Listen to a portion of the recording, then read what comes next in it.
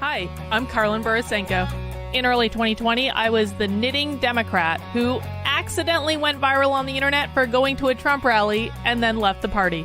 I became the conservative darling, was on all the shows, traveled around the country, and then realized that conservatives were no better than Democrats. If there's one thing that I've learned, it's that both political tribes are two sides of the same coin. But it wasn't all bad. On my journey, I became obsessed with understanding the woke ideology and the culture war. I broke the story of the city of Seattle doing segregated training with its employees. How bad has this stuff become? The city of Seattle has now put out, I'm not kidding you, this is according to Dr. Karlin Borisenko, who's an organizational psychologist. The city of Seattle asked its white employees to voluntarily spend a day off in a training about their internalized racial superiority. I broke the story that led to the first ever federal lawsuit against critical race theory in the schools. I broke the Coke Be Less White story, one of the biggest anti-woke stories of all time. It got over 30 million views. Coca-Cola's corporate headquarters even had to change their outgoing voicemail. Throughout the past few days, you may have seen inaccurate reporting on the content of our recently launched diversity, equity, and inclusion training program. I exposed the schools in Burlington, Vermont for grooming middle school children live on the internet. They called me an unwoke cult leader for that. And the Vermont Human Rights Commission slandered me publicly as being a hate channel. I even got called a hero in Breitbart for exposing that the Washington Post was writing a hit piece on Christopher Rufo. I have broken story after story after story about what's going on in the public schools, from Cambridge, Massachusetts, to autistic sex education, to the Department of Education in Michigan, literally training teachers all over the state how to groom children. I wrote a book called Actively Unwoke, the ultimate guide for fighting back against the woke insanity in your life. I host a podcast all about fighting back, and I'm downloading all of my knowledge to you on my Substack, karlin.substack.com. The world is a crazy place. We are literally surrounded by cults on all sides. On this show, we're going to do a deep dive into all aspects of the culture war, and I will show you the dark, dystopian underbellies on both sides. Here are the commitments I'll make to you. I will always tell you the truth. I will always bring you receipts. And if you stick with me, I promise you will see the world differently. Welcome to the cult. Please mount that like button for me and subscribe if you feel so inclined.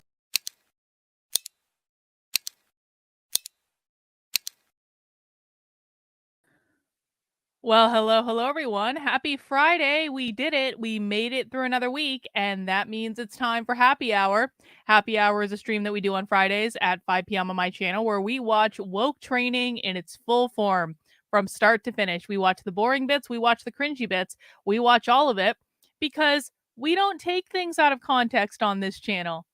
We're far more intellectually honest than the vast majority of grifters on the conservative right, and we do the work of sitting our asses down and listening to what's actually being said.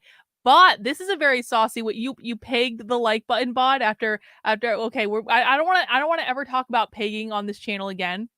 I feel like I was traumatized by having to explain what this is to Joshua on Tuesday. So I guess, if you want to share, I get, whatever. Do whatever you want to the like button. I generally prefer that you mount the like button as adults. We never smash. We're not teenagers here. We're not like teenagers engaging in sloppy, cringy, like not even good sex because they don't even, that's smashing. That's what smashing is. Okay. It's not good sex. We're adults here. We're better than that. All right, guys. So on Happy Hour, we do watch woke training, but here's the thing. I have a very special treat today for everyone. I'm so excited by this. We were going to watch something completely different today. I actually found this training called White at Work that looked so cringy and so great. And I was so excited about it. It was going to be about dismantling your white supremacist identity at work. And it was at Calvin College, which is like a Christian college. I was like so excited for this training. We're going to watch it another time for sure. But quite literally, as I was setting up this stream, I stumbled upon a surprise, a happy accident, if you will. So I want to take you back a couple of weeks ago. Does everyone remember a couple weeks ago when we watched Cheryl Harris talking about whiteness as property at the Critical Race Studies Symposium at UCLA Law School? And this was a presentation that is like, it was almost 10 years old. It was a 9-year-old presentation, and it had been uploaded 6 years on the internet, and no one had ever watched it. But it was literally Cheryl Harris breaking down the argument that whiteness is not about skin color. Black people can be white too because whiteness is about property. Everyone remember this, okay? Well, as I was setting up the happy hour stream for today, I made a very important discovery. The same channel that had uploaded that Cheryl Harris Whiteness is Property webinar from the Critical Race Symposium at UCLA Law School just uploaded a whole bunch of new videos. Because apparently, so if you remember, Whiteness is Property was a seminal paper that Cheryl Harris published in the Harvard Law Review in 1993. And so the presentation that we watched a couple weeks ago was to mark the 20-year anniversary of the publication of this paper, because this paper is basically this was one of the turning points where the woke left started addressing racism not through individualism but as a systemic problem. Okay, this is when racism went, like, it stopped being about like individual people thinking that white people are better than black people, and it became a problem of the system. The system means capitalism, because all they really want is to abolish capitalism. But that, like, this paper was a turning point in that, and the one we watched a couple weeks ago was celebrating the 20th anniversary of that paper. Well, guess what, guys?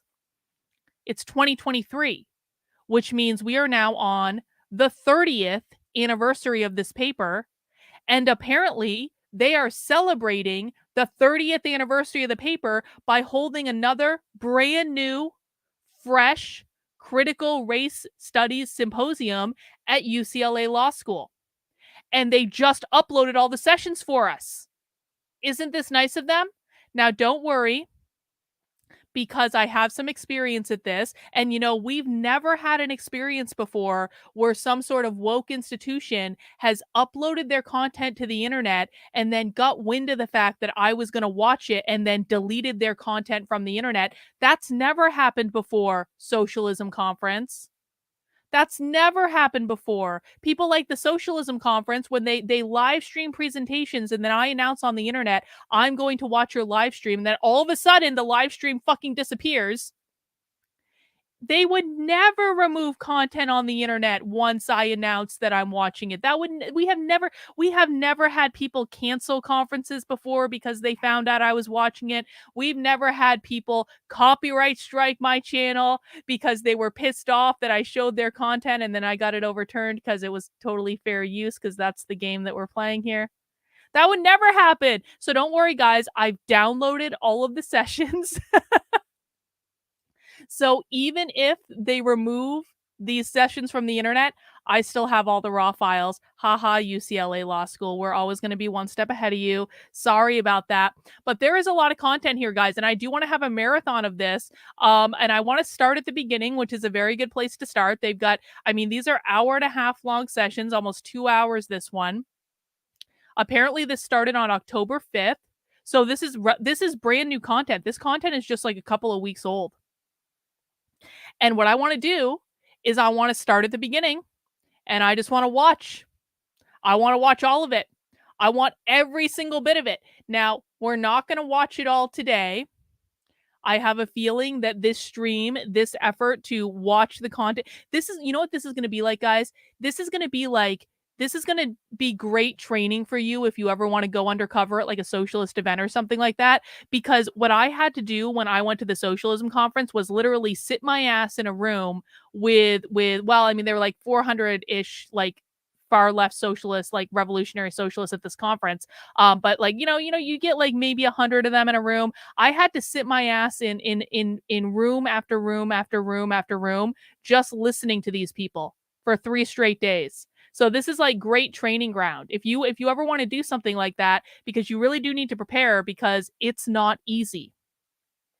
There's a reason that a lot of the groypers ran away screaming from my channel, because my channel actually requires them to sit their asses down and listen.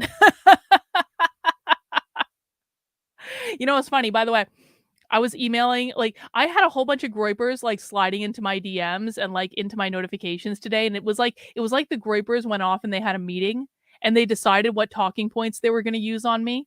And then a whole bunch of them like slid into my DMs like at the same time, or into my notifications like at the same time, and they were all using the same talking points. It was like the cute, like they think they're going off and hatching a plan, and then they think they're going to be able to gaslight me.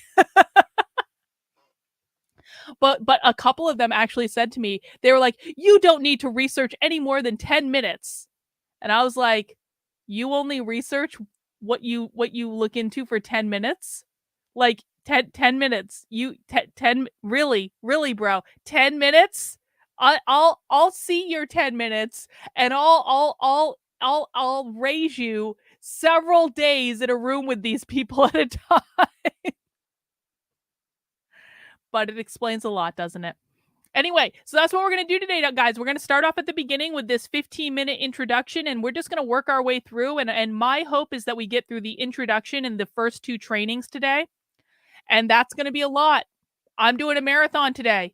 You guys don't all have to stick around because, I'm going to watch this stuff anyway. And if people want to watch along with me, that's fine. But I'm going to go until I start to go a little bit loopy, and then we're going to kind of stop, and we're just going to see how much we get through.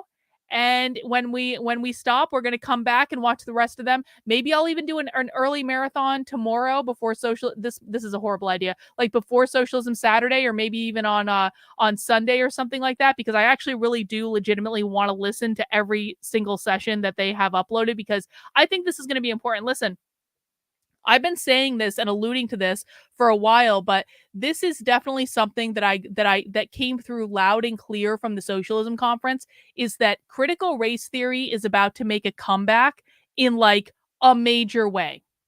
Because what's happening is, so critical race theory was like the main issue in like all of 2020, all of 2021, and then moving into 2022, the queer Marxists kind of came in and took over with the gender ideology. Now, generally speaking, the left is actually on the same page, but there are also different groups within the left. And if one group starts getting more attention than another group, the other group's going to get pissed off. So what started to happen is the Black socialist critical race theorists were starting to get, I won't say pissed, but like definitely rather annoyed that the trans and queer Marxists were starting to get all the attention. And there was definitely like tension that I heard about this at the Socialism Conference, where especially like the black feminists were basically like, fuck you guys. Because you don't fuck around with like black feminists, okay? The black feminists were having none of it. It's like you don't, like, these are women that like do not suffer any fools. And so the black feminists are starting to get pissed off.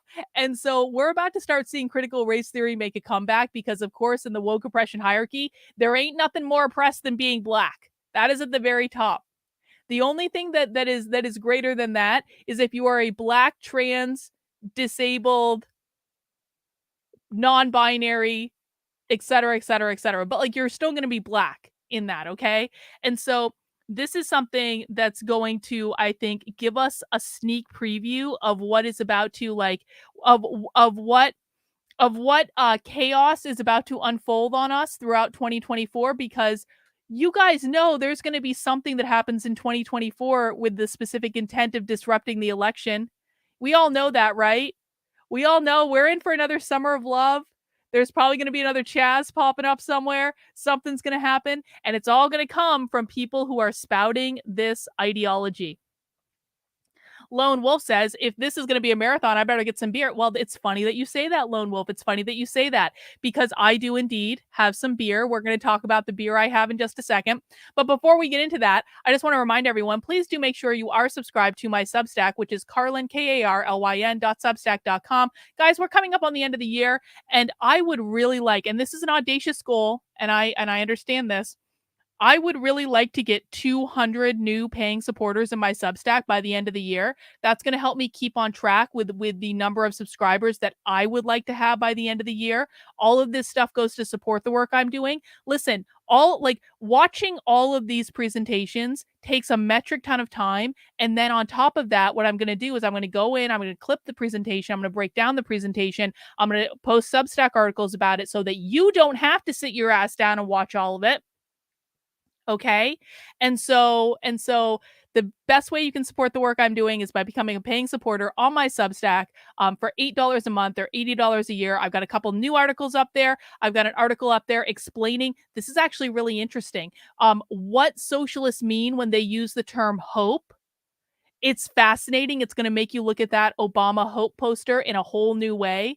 My mind was blown when I saw that. So that's something you can find right now on my Substack. You can also find this article because there was a meme that went around Twitter yesterday basically saying, why is coffee racist? Can anyone make sense of this? Well, it's actually very simple. I can make sense of it. I explained explicitly what this meme is and why they believe coffee is racist. And you can find that over on my Substack as well. If you appreciate the work I'm doing, please consider supporting it because I can't do this without you guys. My work is completely funded by you. And if it doesn't get funded by you, then I stop doing it. So, and then we stop having streams where we're doing marathons of critical race series and symposiums and stuff like that. So please make sure you're supporting what I'm doing on the Substack. I can't do it without you. Let me see. Brooklyn, as you and I discussed months ago, the war within. Indeed, Brooklyn. Indeed. Grab your popcorn.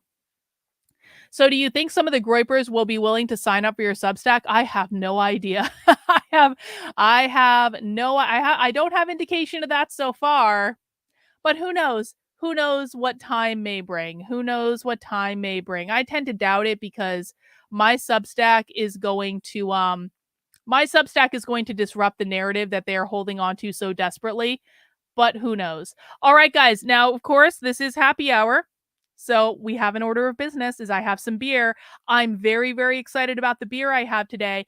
And the tradition on happy hour is before we start our presentation, I show you guys the craft beer that I just bought at the beer store. And you guys get to vote on which one I drink first. Let me grab it out of my cooler. Hang on. I'm so psyched about this beer. I haven't been this excited about happy hour beer in a while. Hang on. Move my keyboard. So these are 4 beers that I really want to try all of them. The first one is from a brewery I don't normally buy from. It's from Great Nation Brewery. And the reason that I don't normally buy from them is because they're uber woke. They have a Ruth Bader Ginsburg beer. And I was just like, And so they're uber woke and I don't like that. And so I don't normally get their beer. But always got to go outside your comfort zone every once in a while. And this beer looked really good. It's called Baked. It's 7%, which is not quite an imperial, but more alcoholic than normal. And this is a tart ale. And they're in Portland. That's why they're so woke. This is a beer company from Portland. Oh, it's all coming together. But we're going to try it anyway. This is a tart ale with tangerine, cinnamon, strawberry, rhubarb, vanilla, and natural flavors and milk sugar. I fucking love rhubarb in beers. Rhubarb in general is really good. Like, does anyone else love rhubarb? Like, I'm not just talking about like a strawberry rhubarb pie. I'm talking like I will like sit and eat rhubarb, just like a stalk of rhubarb. You put a little salt on it. It's fucking great. But like, I love rhubarb in beer. It's so good. So that's going to be our first one, the Great Nation Tart Ale. The next one is from Trippin' Animals Brewing, which is one of my favorite breweries because they do really like really thick kind of smoothie beers. This one's got a frog on it. They all have all different animals, and it's called Lick Me. So a little saucy. We always like that. And this is a sour ale with sweet cherry, raspberry, and milk sugar. So that's going to be Lick Me from Trippin' Animals Brewing. The next one, okay, I just thought the art on this beer was so cool.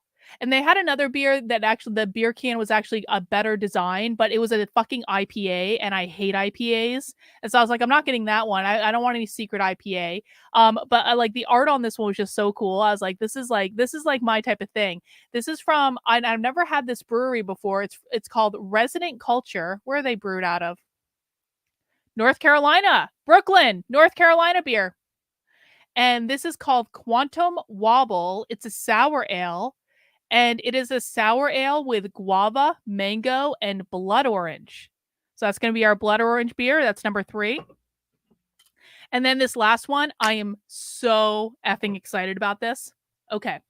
I love stouts. Stouts are my favorite beer. And there's a beer called Gunner's Daughter. And it is a great stout, man. It's from Mast Landing Brewing Company. Where are they brewed out of? Where are they brewed out of? Maine. Maine beer. Shout out to Maine. Maine's having some issues right now. Shout out and prayers and all that stuff to people in Maine. But Gunner's Daughter, the stout, is an amazing stout. It's so, so, so good. And so this one, though, is a variation on the Gunner's Daughter stout. It's called Candy Bar. And you guys know I love dessert stouts. This is a milk stout with vanilla beans, cocoa, caramel, and salt. And it's got peanuts on it, so I'm betting it has a little bit of a peanutty flavor too. So that's going to be Candy Bar. So those are our 4 choices for today, guys. You get to vote. This poll is only for YouTube. Sorry, Rumble. And our choices again are the Tart Ale. This is with tangerine, cinnamon, strawberry, rhubarb, vanilla, and milk sugar. We have Lick Me, which is going to be the sweet cherry and raspberry, Trippin' Animals Brewing Company. We have the this sour ale with, what is this again? With guava, mango, and blood orange. And we have the Gunner's Daughter Candy Bar. Let me know which one you want me to drink first. And while you're doing that, where am I finding all these cool beers? So there are several craft beer. There are like, so pretty much any place now is going to have craft beer stores, but like New Hampshire has a lot of craft beer. So we have a lot of craft beer stores. These beers today I bought from the beer store in Nashua, New Hampshire. There's also there's a different craft beer store that's literally like right up the road from me. But sometimes I go to different ones because they have different selection. So these are from the beer store in Nashua, New Hampshire. If you ever want to try craft beers, go find yourself a craft beer store. Go just, if you don't know where to find it, just Google like craft beer store near me or something like that, and go and ask them about different types of beer. If you think you're not a beer person, it's just because you haven't found the right beer yet. You can find beer for any style of like any taste you have, any flavors you like, stuff like that. It's so fun. So many varieties now. So just like be adventurous with it. I don't like IPAs myself, but some people like IPAs. I don't know. I think IPAs are mostly pissing contests for men to see how bitter they can go. All right, guys, let's just get the video up. And so what we're going to do today, again, we are going to start our way through the entire Critical Race Studies Symposium that just happened at UCLA Law School. So we're starting at the very beginning, and the very beginning is this little introductory thing for about 15 minutes. And I want to watch it because if we don't watch it, you know they're going to say something crazy. We're not going to tempt fate here. If we don't watch it, that's going to be the thing where they say the craziest shit in. And so we don't want that. But we're going to start out with this 15-minute thing, and then we're just going to work our way through and we will read the descriptions of each panel as we get to them. The first one is called One Hell of a Radical Ride. Radical, of course, means socialist. And we're just going to work our way through, and we're going to try to get through as much as we can today. And stay for what you want to stay for. If you have to pop out, that's fine too. This is a marathon. And so we'll be on for as long as I feel like going. I do want to do a special shout out to the people watching over on Rumble. I appreciate you guys as well. I've got the Rumble chat popped up. Let me see which one is winning the beer poll. All right, last chance to vote in the beer poll. 10, 9, 8, 7, 6, 5, 4, 3, 2, 1. And the winner, a surprise winner, is going to be the Lick Me Sour Ale with sweet cherry, raspberry, and milk sugar. Let me just get this poured. Hang on.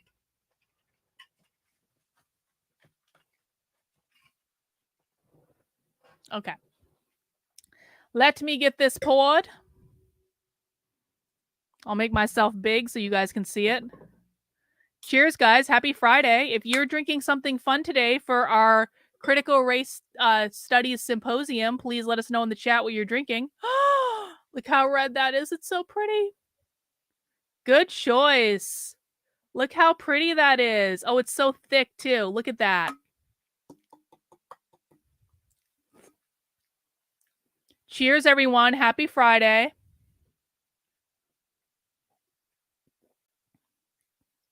Oh, it's so tart, but it's so good. It's so good. You know what it tastes like?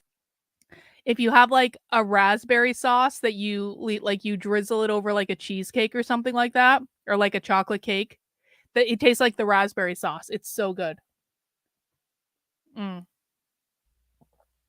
All right, guys.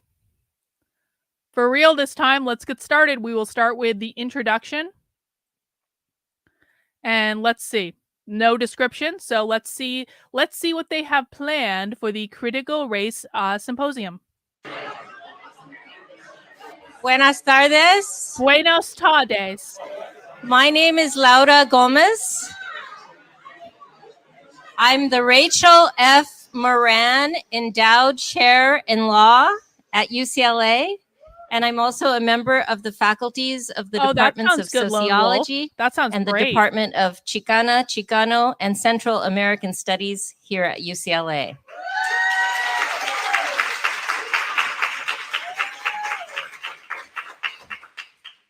UCLA is a land-grant institution, and this land was taken from the stewardship of the Tongva peoples, the traditional caretakers of the Los Angeles Basin. We acknowledge and pay our respects to the Tongva Honuk Voktem. She doesn't even know how to pronounce them. Anhi Hiron. She's like a professor in like ethnic studies or something, and she doesn't even know how to pronounce the name of the tribe that she's doing the land blessing for. This is like so fucking peak woke. It's ridiculous. Elders and Eo Hinken relatives, past, you guys want bingo? Present, and future. I'll get you a bingo. On behalf of UCLA's Critical Race Studies program, I welcome you today. As a founding faculty member of CRS in the year 2000, and as the program's first co-director with Jerry Kong, I'd like to say a few words of introduction about our program. We founded CRS in the wake of Prop 209's ban on affirmative action as a way to signal our ongoing commitment to teach future generations of racial justice warriors. 23 years later, well over 1,000 UCLA alumni have chosen the CRS concentration, and 1/4 of our recent graduating classes have specialized in our program. Seriously? Guys, UCLA Law School is like no joke, and now they're flat out telling you that 1/4 of the graduates at UCLA Law School have specialized in the critical race theory program. What could possibly go wrong there? On behalf of CRS Executive Director Jasleen Coley and CRS Faculty Director Latoya Baldwin-Clark and the entire CRS faculty and staff, it is my honor to welcome you to our home today and tomorrow. So here we are, only 3.5 years after we were supposed to be here. But a seeming world ago, before there was a pandemic, before we were all familiar with Zoom, before so many lives were upended by death, economic hardship, and new ways of living and working. We were determined to gather to have this set of conversations, to be rebellious together, in person, to honor our friend Gerald Pablo Lopez,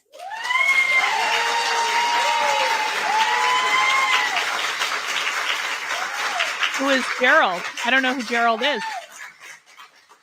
and all of you rebellious practitioners. 3 decades ago, Jerry Lopez published a book that would go on to transform 2 fields of legal teaching and scholarship, what we used to call poverty law and the then emergent field of clinical legal education. In Rebellious Lawyering, one Chicano's vision of progressive law practice, Lopez challenged the conventional approach to lawyers representing their disenfranchised clients, the regnant top-down approach. He coined the phrase rebellious lawyering to describe how progressive lawyers could and should collaborate with subordinated communities, with their allies, and with social movements. This is talking about how the woke left uses lawfare, guys. That's what this is. They're going to describe how they're using lawfare to implement their policies and systems in ways that are really, really hard to undo. With characteristic modesty, Lopez wrote in the preface, quote, "I try not to fool myself. This book alone is not going to convince people to reconsider what they do in and around progressive law practice," end quote. But I predict we'll spend the next 2 days proving him wrong. Whether in terms of lawyering in Los Angeles, in the state, in the US, or corners of the world from Brazil to Italy to New Zealand, the theory and practice of rebellious lawyering has reverberated far and wide. In part, this has been because Lopez has touched so many students and fellow teachers at UCLA, NYU, Stanford, Harvard, or California Western. But do not mistake this gathering for a hagiographic exercise in self-indulgence. We do not seek to make Lopez or his rebellious lawyering concept heroic, nor would he allow us to. Instead, our aim is a set of serious conversations in an epically dangerous but perhaps not so exceptional moment, both nationally and globally, about the path forward and the necessarily limited role for progressive lawyering in that world. I cannot resist the opportunity to make some personal comments as well. And as I look out on all of you, I'm so happy that we will engage the work of my compadre, my friend, my mentor, my colleague, my teacher. I first heard of Gerald Lopez when I was a 21-year-old senior in college. It would have been around 2 a.m. because I was finishing up proofing and laying out the front page of the next day's Harvard Crimson. As a member of the newspaper's executive board, I spent one night a week in charge of getting the paper ready to be published on our huge printing press. On that front page was a story about Harvard Law School faculty voting to hire the first Chicano professor, one Gerald Lopez. Had he accepted, Here's bingo, he Beth. would have become the first US-born Latino-Latina to teach on the Harvard faculty, anywhere at Harvard. I would meet Jerry for the first time 2 years later in 1988 because he had rejected Harvard's offer, as you all know, and instead joined the Stanford Law School faculty with an endowed chair. I had enrolled in the JD program and the sociology PhD program, and I went to meet Jerry, who, of course, confirmed for me that I had made the right choice. I was part of the first cohort of students in his and Bill Hing's Lawyering for Social Change program.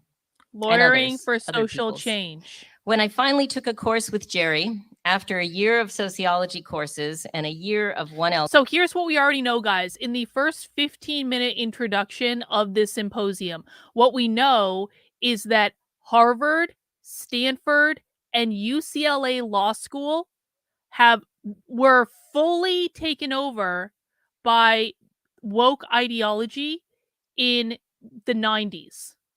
Like, really think about that. These are 3 of the top law schools in the country. Fully bought into woke ideology in the 90s. Courses, it was transformational, as I know many of you who were once his students can attest. The course was Jerry's Section 1983 litigation workshop. And whenever my own students complain about too much reading, I tell them about Jerry's approach. Okay, sorry guys. I just gotta pop away for like 1 second. I'll be right back. You guys all listen. Tell me if I missed anything. I'm gonna be back in like 2 minutes, okay? In those pre-digital days, we received 2 huge 6-inch binders full of articles, cases, and other materials. Craziest of all, he told us to finish reading the first one before class started. No, craziest was that we all did it. One of the many strokes of good luck I've had in my life was when Jerry rejoined the UCLA faculty in 1994, becoming my colleague. At that special time, under the leadership of Dean Susan Prager, there were actually 3 Chicano and Chicana faculty members here. The third was the late Cruz Reynoso. 3 times as many Mexican-American professors as there are at UCLA today. No joke. To be Jerry's coworker has been to experience the joy of receiving his supportive but critical edits on my written work. To be Jerry's coworker has been to get to spend 20 or 45 or 90 minutes engaged in deep conversation about parenting, about our families of origin, or just telling stories and reflecting on the meaning of life. To work with Jerry on faculty politics that resulted in hiring or tenuring colleagues or starting new initiatives or blocking regnant ideas. In short, to experience Jerry's love, warmth, humor, musical joy, and myriad more things, big and small. I am forever grateful, Jerry.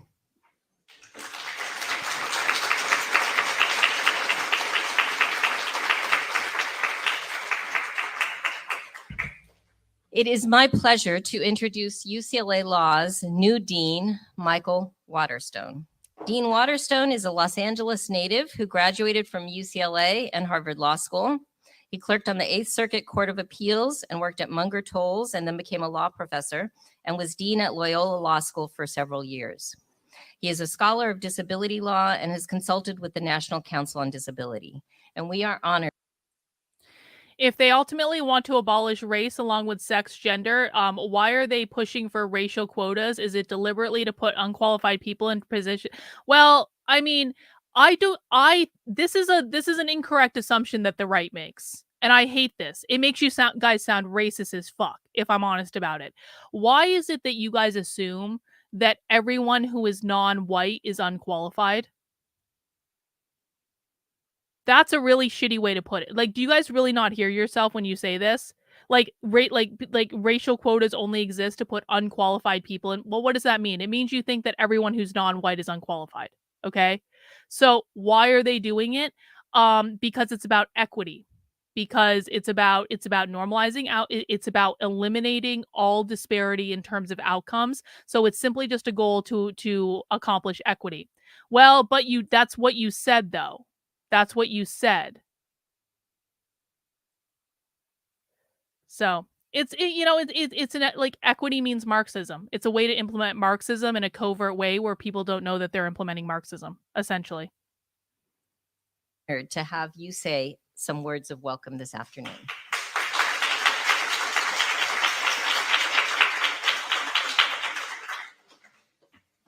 Wow, we made it, right? So I have some prepared remarks. They do this for deans. I'll get to that in a moment. But first, I just want to say how amazing it is to be here, how grateful I am to be welcomed into this community. This is my first CRS event as dean. I've known of your work as both a member of scholarly communities, the legal community here in Los Angeles. So much of what this program has created was foundational in my own work, my own thinking about law and justice and inequality. So I just want to kind of say thank you and note how incredibly special it is to me to be not just the dean of this law school, but a member of this community. So from the bottom of my heart, thank all of you.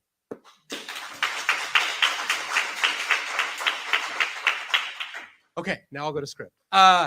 So first of all, welcome to this year's symposium. We are really appreciative that you chose to come this year. I did not realize that this was the event that the law school first intended to hold, but then ultimately postponed in March of 2020 when the world was in. How do you know they're unqualified? Why are you the judge of who's qualified and who's not? Why do you assume everyone who's black is unqualified?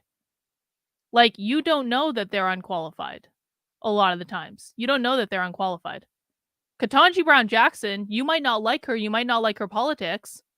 She's not unqualified. You know? It is the assumption that everyone who is here is what is not a good look, guys. It is the assumption that everyone who is white is automatically qualified and everyone who is black is unqualified. It's a really, really shitty look. It gives the left what they want, and it's also just not accurate. I'm not, though. I'm not at all. That's what it reads like when you say, well, they're just they want racial quotas because, and we can sit here and have this argument if the stream will just go on longer. Like if they want racial quotas, it's because they want unqualified people in positions. No, that's not what they want. Well, what they are saying, Kurt, is people who are not white are automatically unqualified. So that is saying that everyone who is white is qualified. Everyone who is non-white is unqualified. That's literally what they're saying. It's not a false leap. You guys don't want to admit how fucking racist it sounds. Listen, you guys want to sit here and argue about this? Okay, let's argue about it. We can talk about the fact that when you guys were making a big fucking stink over the United Airlines pilot training program, everyone was saying that every single person's accepted into that program is going to be unqualified to fly a plane. Why were they saying they were unqualified? Not because they actually had any insight into their qualifications at all, because they don't. They had no insight into their qualifications. They were saying they were unqualified because they were black and women. You have no insight into the qualifications of anyone. You are making assumptions that people are unqualified based on their skin color. That's the assumption that you are making when you phrase things like that. So do you want to keep arguing or do we want to watch this? Let's continue. Floating. So this was really like the tip of the spear. And when you kind of take yourself back to that moment in time, it's like, oh my God, how much has changed in our community, in the world. But it makes a moment like today particularly. Why do we assume that every single person brought in to meet a racial quota is unqualified? That is making the assumption. Again, guys, I will sit here and I will argue this point, and what that means is that when I'm arguing this point with you, we will not be watching the stream, but you are making the assumption that every single person who you perceive to have only been brought in to meet a racial quota is automatically unqualified, and that is not true. It's simply not true. You have absolutely no insight into what their qualifications are. You don't know what their background is. You don't know what their education is. You don't know what their experience is. You are making the assumption that they are unqualified based purely on their skin color, and that's racist as racist fuck. Again, I don't really know why we're arguing about this, but if you guys want to argue about this, we can. Philosophist, thank you for the super chat. This conversation is literally the objective of cultural Marxism and identity politics. I agree. When the quotas exist, you guys assume that every single person who is not white is unqualified. And then you run around social media saying, they're going to kill us all. They're going to kill us all. All these black people brought it under this racial quota system are going to kill us all, when you don't know what their qualification is. Again, guys, we can sit here and argue about this all fucking day, but we're not actually watching the point of the stream when you assholes are reeing about all the unqualified black people in my chat and looking like a bunch of racist fucks. And I am seriously wondering why all of you are tuning into my content right now, because you're better than this.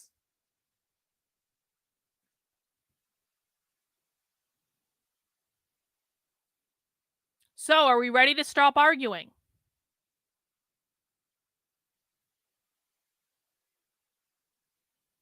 No, quotas do not fit with meritocracy, but that's not the point. The point is every single time someone says that someone black is unqualified when they have no insight into their qualifications at all.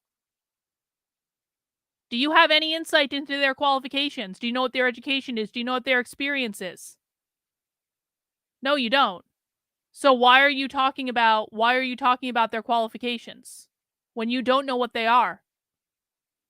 We hinge into reality on this channel, guys. We do not fucking bend the knee to right-wing fucking racist talking points on this channel. There's a reason I'm not on any hate watch lists, and it's going to stay that way.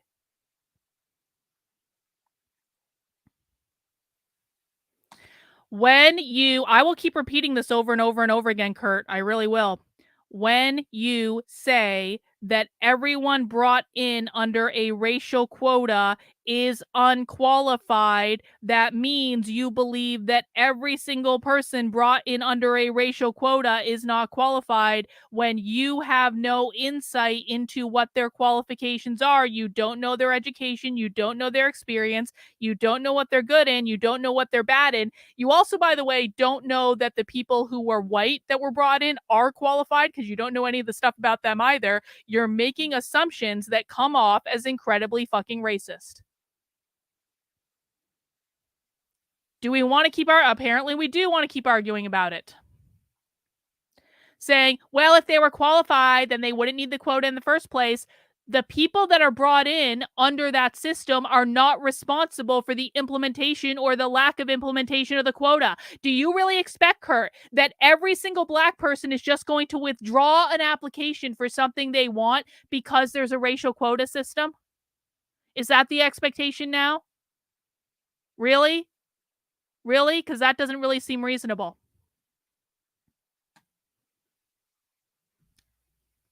We're not going to continue with this stream until you guys are done arguing about this. And I'm losing a lot of respect for a lot of people here that you cannot understand why what you're saying is explicitly racist. I will sit here and I will knit and I will drink and you can keep fucking reeing in the chat about assuming all black people are unqualified, which isn't true in any way, shape, or form.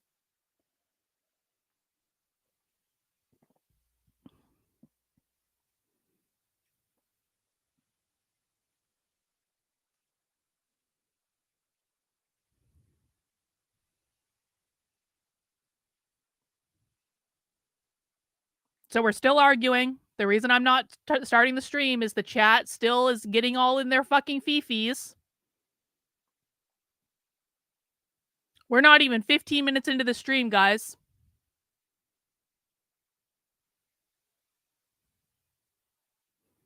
I'll just keep knitting. I'll sit here and knit. We don't have to watch anything. You guys aren't actually interested in this content anyway.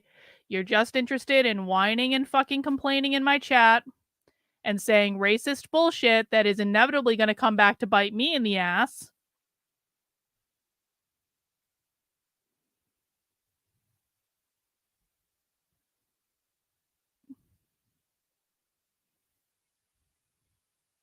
You guys let me know when you're ready.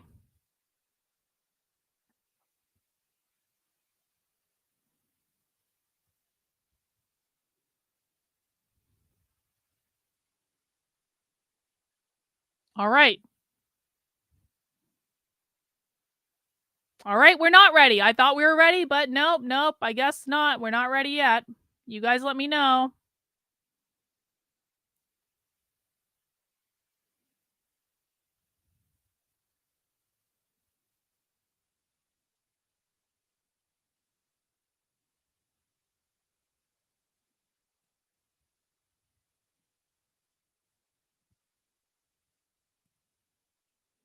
I'll sit here all day.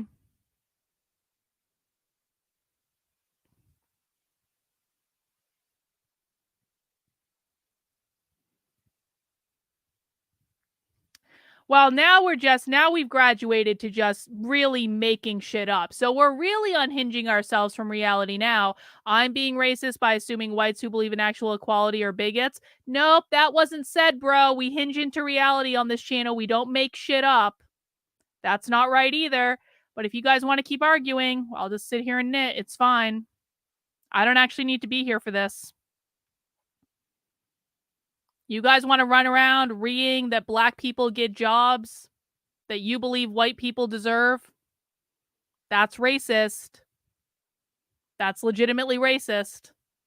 And if you can't understand why that's racist, I cannot help you.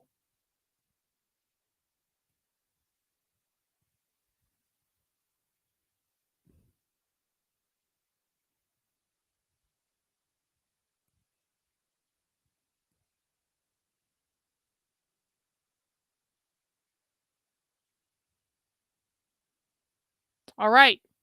Are we ready? All right, Beth. Well, you're getting a timeout because now you're being fucking ridiculous too, and I'm tired of it. I'm tired of the victimization. I'm tired of we just can't have discussions about anything. We just can't have discussions about anything because every time Carlin is so fucking mean to us. Every time we have a racist discussion and we say racist shit, Carlin is just so fucking mean to us. I'm tired of it.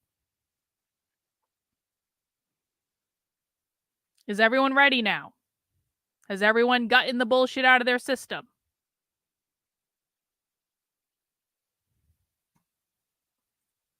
Be joyous. I think we've kind of reached a point where we're gradually getting used to holding events together in person. And that's wonderful. That's terrific. But I just hope we don't take it for granted. I really hope we can, a moment like today can feel extra special knowing that we went so long not being able to gather like this. While the world has changed a lot since then, and these remain confusing and anxious times, the fact that you came today underscores the importance of our critical race studies program and the lasting influence of Jerry Lopez and rebellious lawyering. So we, and I love that I get to say we, started the CRS program in 2000. CRS was the first and only program of its kind at any law school in the United States. And it's emerged as the nation's premier program in race and the law. We have 16 core faculty members who are, it's not an exaggeration to say, giants in the field. Our alumni are making a difference in law, society. Here we're home to the very first specialization at UCLA Law. And in recent years, between 1/4 and 1/3 of our students have chosen to pursue that specialization.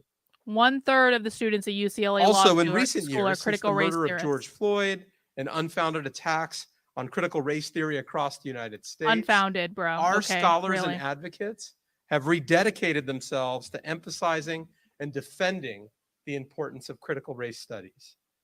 These are points of tremendous pride for our community. To everyone in our CRS program, literally everybody in this room, thank you. And congratulations on now being 23 years young. I don't know what happens after 21, right? 21, you get to have a drink. After that, it just kind of, I think at 25, you can rent a car. So you have that to look forward to. I know that the next decades will bring even more success. On the subjects of scholarship, advocacy, and making a difference in people's lives, I'm delighted to be here today for the celebration of rebellious lawyers everywhere. And of course, they are led by none other than Professor Gerald Lopez, who personifies these attributes. His 1992 book, Rebellious Lawyering, is a landmark in the field. And he's long practiced and preached the noblest ethos that any attorney or layperson could follow: to dedicate his or her career, his or her whole being, to confronting injustice, curbing inequality, and plainly making better the lives of those who suffer from violence, racism, predatory practices in banking, housing, labor, and discrimination of all shapes and sizes. So on this occasion of this CRS Symposium, I think we can all agree that no scholar and advocate is more appreciative for celebration than our colleague, Jerry. Jerry, thank you for your contributions to UCLA Law and the practice of lawyering and rebellious lawyering. You are a model for so many. And my hope is that on my very best days, there may not be a lot of them, but on my very best days, that I get to practice a little rebellious deaning. And those people include, of course, our panelists, some of whom are CRS program alumni who are now out in the field making an impact as leaders of conscience, the type of rebellious lawyers who this symposium is all about. So one last time, thank you for being here. And now let's move on to our next program. All right, we got through the introduction and we learned some stuff there. Like 1/3 of lawyers at UCLA Law School are in the critical race theory concentration at UCLA Law School. We also learned that Harvard, Stanford, and UCLA have been completely taken over by this ideology for probably at least 30 years now and are teaching it to all their kids. Kids, lawyers, these are lawyers. And because Harvard, Stanford, and UCLA Law School are taken over, I think we can make the assumption that all Ivy League law schools are taken over, which bodes really well for us.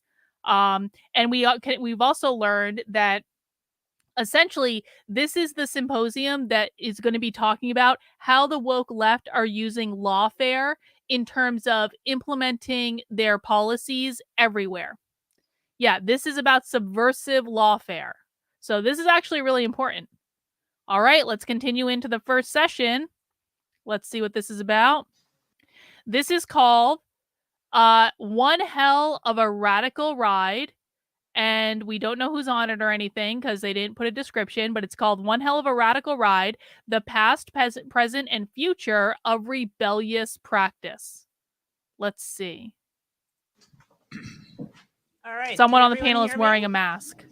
Good afternoon. It's really great to be here, especially among this community celebrating not only CRS at UCLA, but the work of my very dear friend, Jerry Lopez. I'm going to turn down my mic a little bit so everyone can turn their volumes up. I'm telling you about the panelists. It's written in your materials. I won't name names, but one of the panelists said to me after we got together and went through questions, these questions are really too hard. And I want to say, That was me. and I just want to say, I want to thank Bill Hing and Jerry Lopez for that training. So blame them. Anyway, we have with us today Marta Gomez, Gina Hong, Gail Manani, and Suneeta Patel, all of whom have done transformative work in different settings with different clients. And what I hope we tease out in the next hour and a half is the way in which they not only went about that work, but how they went about that work. And what were the challenges in terms of the communities they were working with, the co-counsel or community members they were working alongside, the fact finders, the challenges of clients, the strategies that went well, the strategies devised that didn't go so well. I don't want this to be a romanticized conversation about the work they did, but a real critique of that work and the communities with whom they did that work. So Marta has done work for many different types of institutions, but I'm hoping in our discussion right now that she will focus a little bit about what it was like to represent Latino police officers in a discrimination case, and also what it's like to try to have fair practices in a place like Bakersfield that were disciplining Latino and African American students at hundreds times the rates of white students. Gina does incredible work in housing and helping to keep people unhoused. But as a part of that work, she and her organization are building a movement and a union. And that's a prerequisite to getting to work alongside Gina. And I want her to talk about the strengths perils, and fairness or unfairness of that strategy.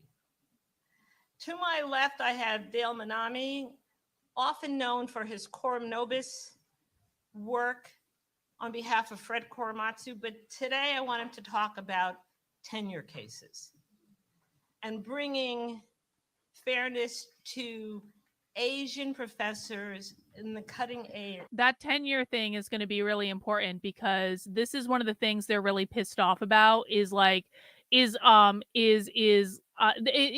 just going to be important. Trust me on that. Let's just pay attention to that.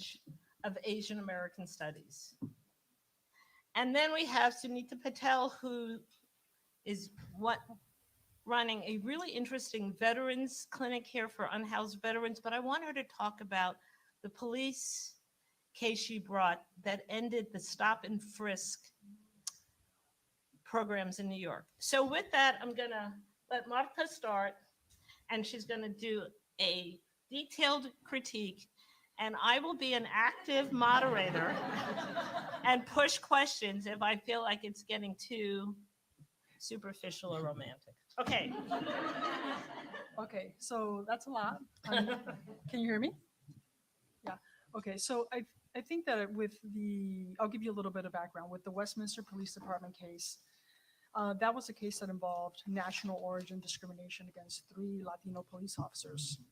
And so what I will say about that is that a lot of times in the civil rights community, race claims, national origin claims are not as desirable as, for example, the retaliation that happens afterwards. What I've heard is juries really know and appreciate and know how to understand retaliation, no matter who you are. If you're a white man who comes forward with a whistleblower complaint, you will experience retaliation. And so there's a tendency to want to focus on the part of the law that is more viable or more easier to prove in litigation, and that you'll be able to get the results and collect on your attorney fees and have that victory. In my view, what that does is it kind of makes race and national origin claims be less litigated. And so if you look through Westlaw and you're doing your research, you may not have as many big civil rights cases involving race the way you used to in the past. One of the things I will say that I was very fortunate working at MALDIF, the Mexican American Legal Defense and Educational Fund, which had a lot of downfalls, is that its mission was fantastic. Its mission was focused on exactly this. And nobody else wants to bring this sort of case. Nobody wants to represent these 3 cops. Well, we do. And it's not necessarily, people don't necessarily want to be advocating for 3 cops when you're working for a civil rights org. So there's like this. Why is that? Why is that? Why did she just say people don't want to be advocating for cops when you work in a civil rights organization? Why is that? That's a pop quiz for the chat. Why is that?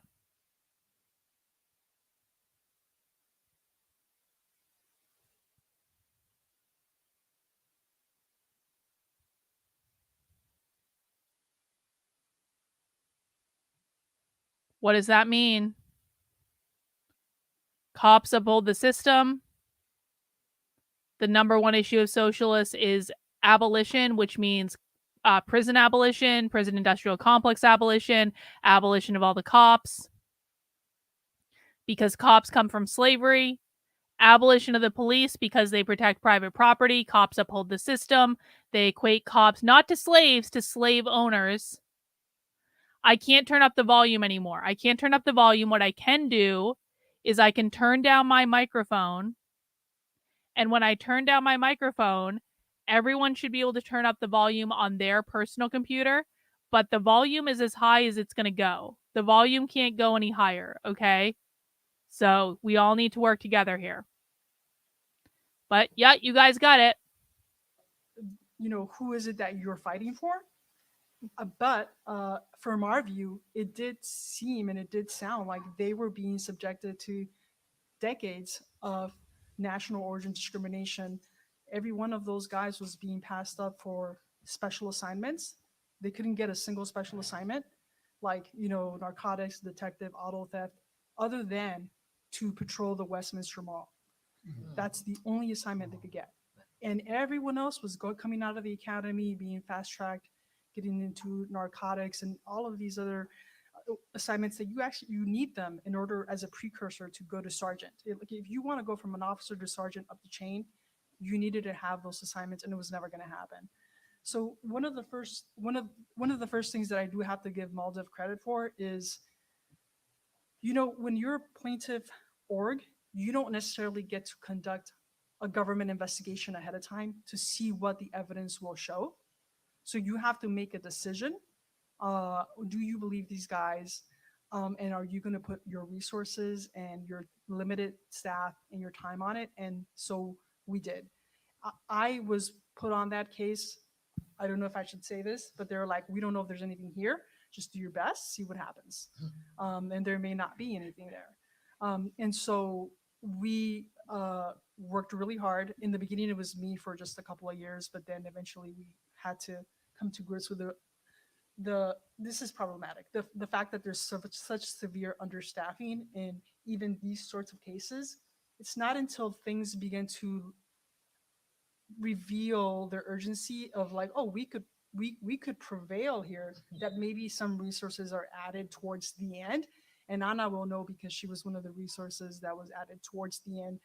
But I will say that as the staff attorney, I was beyond my brink of exhaustion, and I definitely needed help way before I got it.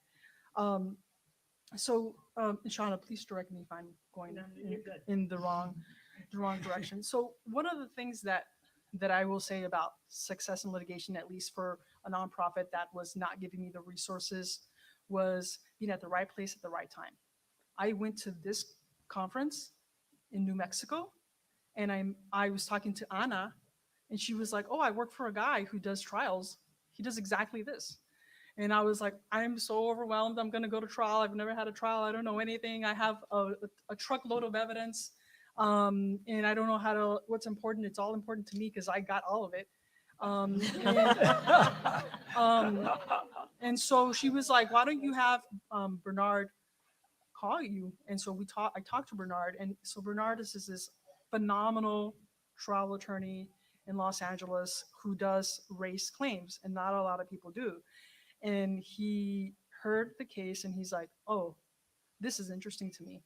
This is the kind of case that I like to do because not a lot of people like to bring them, and I could be the difference maker in it. So we did the whole thing when you want to make your partner think it was their idea, and it's really yours. But we did the whole thing. Like the president and general counsel of Malta was like, we're not going to co-counsel with anybody. This is our trial. We're taking it to trial. So then I talked to Bernard. I said, what you're going to do is you're going to come to the office with this presentation. And it's going to be a 2-hour presentation in the Masons room. They're not going to know what hit them, and let them tell you that and so we did that. He came and he put together this amazing presentation. And at the end of it, this National Senior Counsel was like, we're going to be working together. We're going to be working together. So let me push you a little bit on that. I think I Tell me. Turn this. Is it on? Is it on? Okay. On two things. The resources. Why, and you were working at one of the better resourced firms, and why there weren't, in the public, why it was such an apt shot, and the reasoning, which I think I know the answer to, why there was a reluctance to co-counsel. Okay, those are great questions. So I will say that in 2008, the economy imploded. Mm-hmm. So we were not expecting that. When I was going to go to law school, they were like, take the loans, you'll have whatever job you want, don't worry. And then all of a sudden they're like, oh, on-campus interviews are canceled. The economy has collapsed and go home. There's no jobs. And we're like, okay. So at that time, Maldiv, this was while I was still here. I graduated in 2010. Maldiv had to let go of its staff, a lot of it, and including every staff attorney. Wow. So then there was a change in leadership, and I think Nicolas was the first one to come back. He left and came back when there was the rehiring. And then after Nicolas, it was me. So I was number 2 there. So when people would be like, aren't there 50 lawyers up there in the Maldive office? I would just laugh. I was like, there's two of us right now. And so we were kind of creating this shadow facade of like power, but we didn't have it. We didn't have the money. We didn't have the staff. We were barely getting a legal secretary. We had supplies from the 1980s. So it was just not there. And so then slowly every year, I started in 2011, May 2011, and they were hiring 1 or 2 UCLA grads coming on board. But the money was, we were going to be creating the money. We had to make attorney fees. And so we were at that stage. It was not an easy time. So I will say, the part about the no resources, I think it's a little bit overblown, because I do know that Tom Sines was paying himself like $250,000 and we were getting paid 47, right? So there was a disparity in the pay. But with that said, the other thing with co-counseling, once you start to co-counsel, you split the fees, right? So up to that point, every single billable hour was mine. Right? 50 depositions, like it was Victor and myself, the document review. It's just like hours upon hours upon hours. You bring in someone at the last minute to co-counsel, well, what's the agreement going to be? How is the fee going to be split? And so that was like, you guys go to another room and figure that out. I don't care what you come up with, but we're going to have Bernard on this team. Yeah. And so that was the tough part. And it's a big risk, because if you lose, you're not going to collect. But to Bernard's credit, because the discovery had already been done, he just needed a couple of months to learn everything. And the risk was something he calculated he could do, given other resources that were coming in, because he's winning trials throughout the year. Yeah. Okay, keep going. I'm sorry. No. So I think that one of the things that I will say about the trial itself is that it was in Orange County. Right, the population. I'm going to fast forward through this because in a federal court. The reason I'm going to fast forward through this is because this is a lot of stuff just about the intricacies of how this works, and I kind of want to get to like some higher level stuff. So, do people mind if I just move ahead a little bit, because we got a lot of stuff to get through? I think we're going to hit on some golden nuggets. I just don't think we're going to hit on some golden nuggets in the course of this specific discussion. So I'm just going to go fast forward a little bit and see if we can move on to the next person and see what they're going to talk about.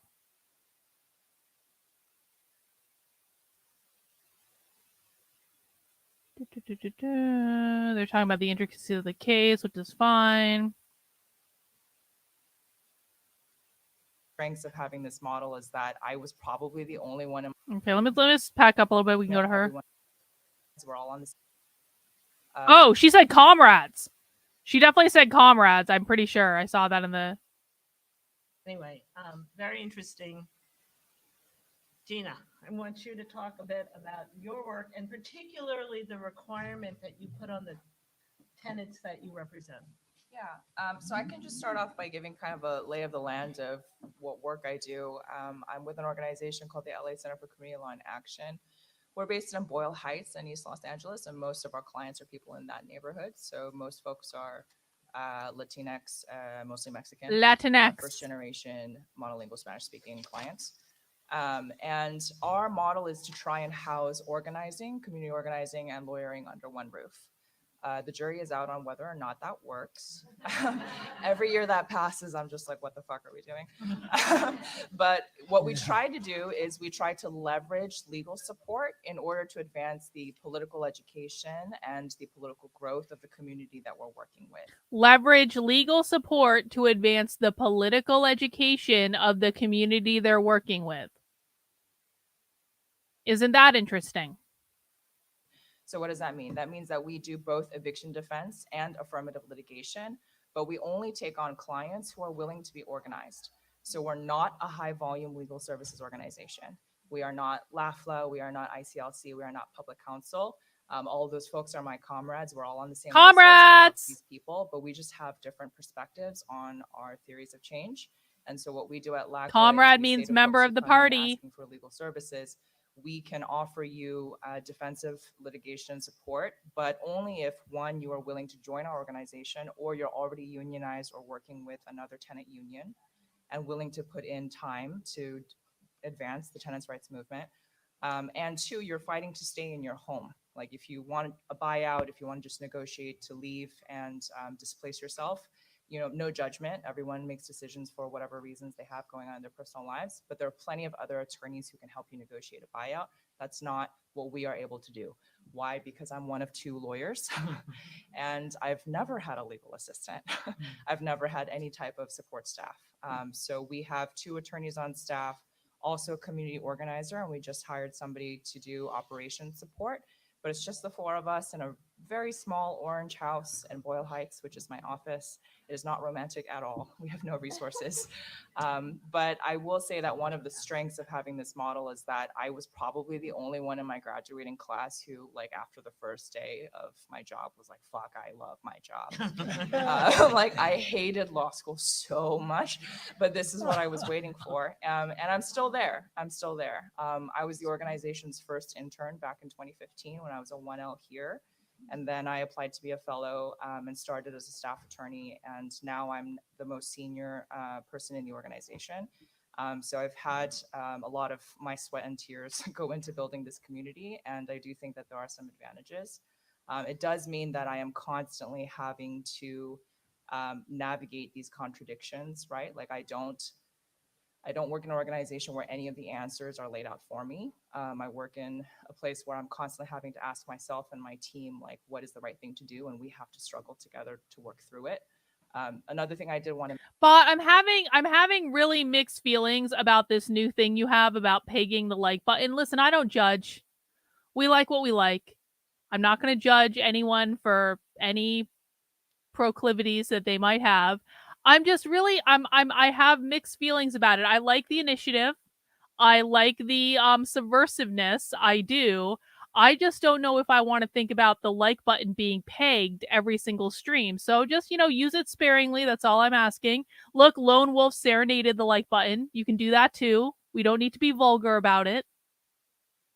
Mention is that we are technically a 501c3, but we really do treat that as just like that's our relationship to the IRS and nothing more.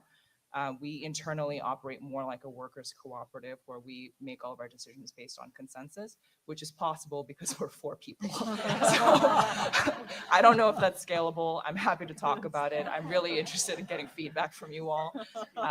But so far in the past half decade that I've been doing this, it's really been like a beautiful ride. Yeah, I had a question, 2 questions. What in your background experience or reading, whatever, research led you to love this type of work? That's number 1. That's personal. Number 2 is what's the rationale between or for having clients have to agree to join a union or a collective organization? Because they want to bring them into the party. Single legal aid type of event. That's why they want them in the party. So the personal question is easy. I only went to law school because I wanted to work with organizers, because I was an organizer myself. And so I think I'm already starting from a place where my perspective on how we're going to accomplish change in the world is not through the regnant capitalist white supremacist legal system.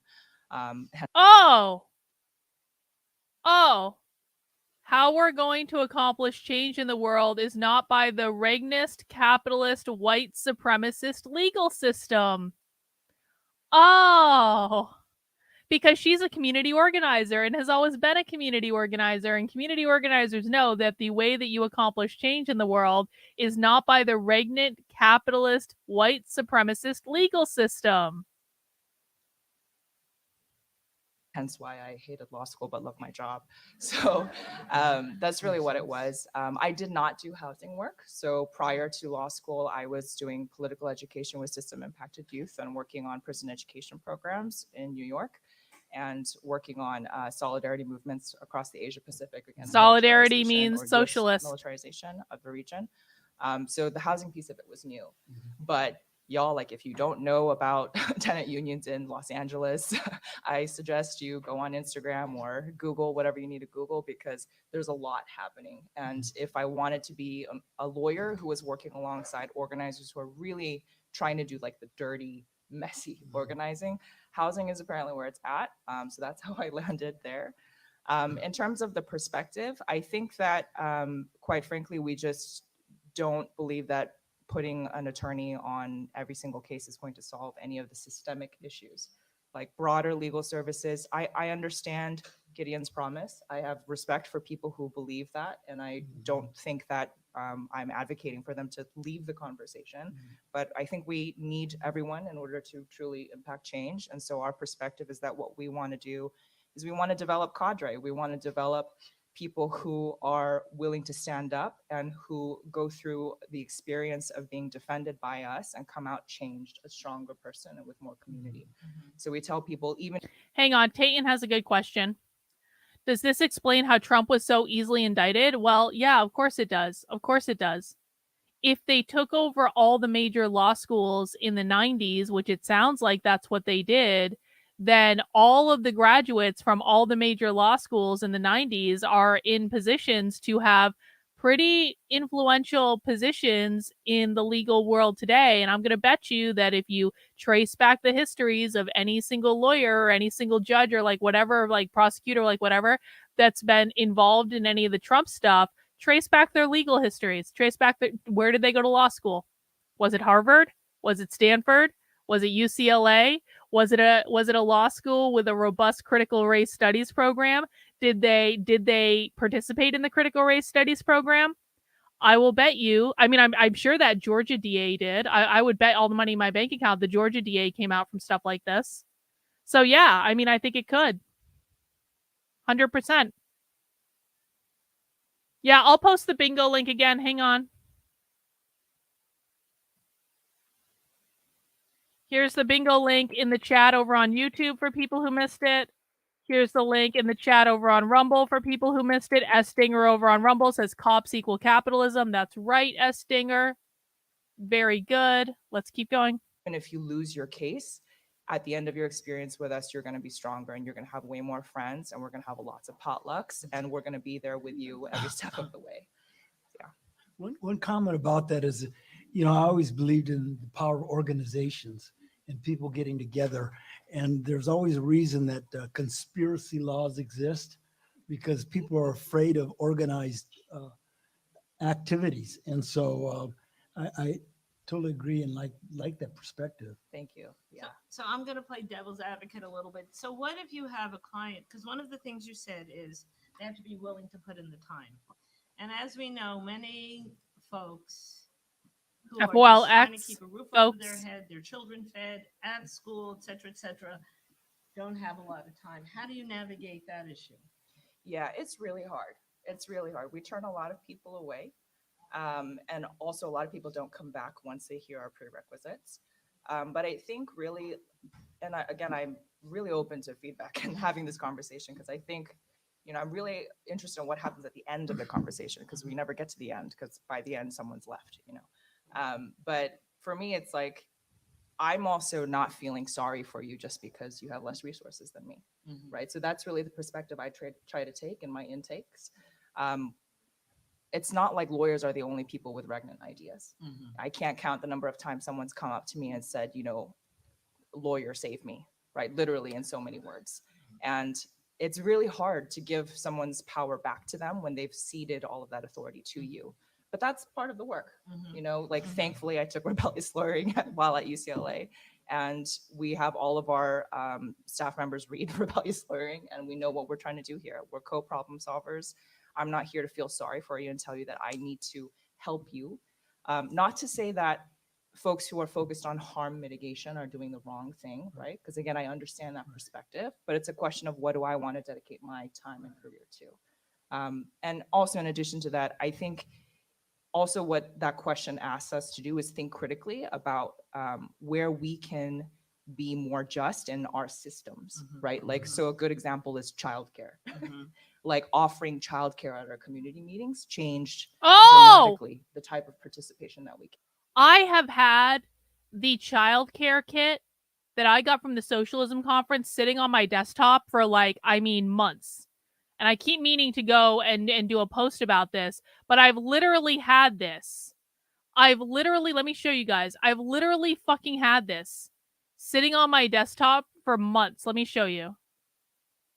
I need to do a post about this for sure. So people think that because the left wants to abolish the family, and I ask them, "Well, why do you think that the left wants to abolish the family?" And they go, "Cuz they don't have kids." No, that's not it. That's not it at all. That's not it in any way.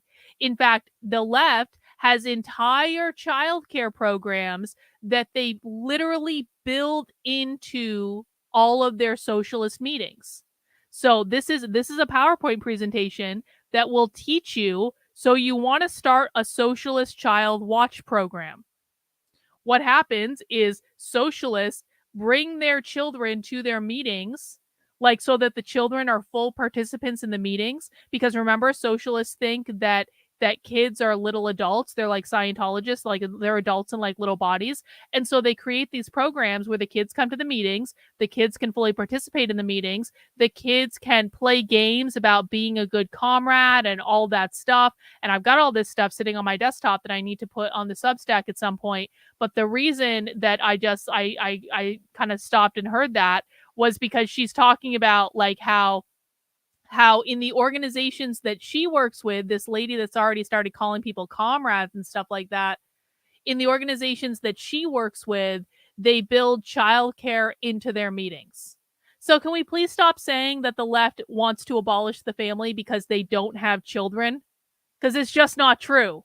They're actually doing a better job of building childcare into the political process so that they can train the next generation of comrades than the right does by a significant degree, which is ironic because the right are supposed to be the pro-family people. The conservatives are supposed to be pro-family, but they don't have childcare plans built into all their meetings. They don't have programs like this where they're raising their kids to be the next generation of like conservative activists, because conservatives don't do activism. There's one conservative activist in the country, and his name is Scott Pressler, and he doesn't have kids because he's gay. but you know what I'm saying? It's like, this is why, guys, it's so important to understand why the left is doing what they're doing. It's not enough to understand what they're doing. You have to understand why they're doing it, because the why is actually significantly more important than the what every single day of the week. Yeah, right. So I think asking those questions is critical, and it forces us to be more diligent about how we can embody the entire organization with just principles. And can you tell us a little bit more about why tenant unions here in LA are sort of, as you put it, where it's at? Oh, I don't know, because there's a lot of really rich people with a lot of, it's just the armpit of class warfare every day, my friends. If anyone wants to go and do an ethnography of the eviction courtrooms in Los Angeles, or if there are any, law students who would like to take a ride, it's really just a fantastic display of how it's always really the same moral story. It's always the have-nots versus the people who have, right? I appreciate that moral clarity because it's like the one thing that is clear in my job. So, yeah. Great. Okay, Mr. Manami, do you want to All right, talk Ms. about Marshall. you want to talk about tenure cases? Yeah, I really don't. I mean, they're pretty boring. And anytime I get into a law school, man, I start getting nervous because I'm like Gina. I hated law school, and Yeah, well, most of us who teach in law schools today, who are at this meeting, we hated law school. Oh, good, too. good. I used to sit way back there, and the teacher could never see me. But I'm talking about a case that coincidentally was brought against UCLA.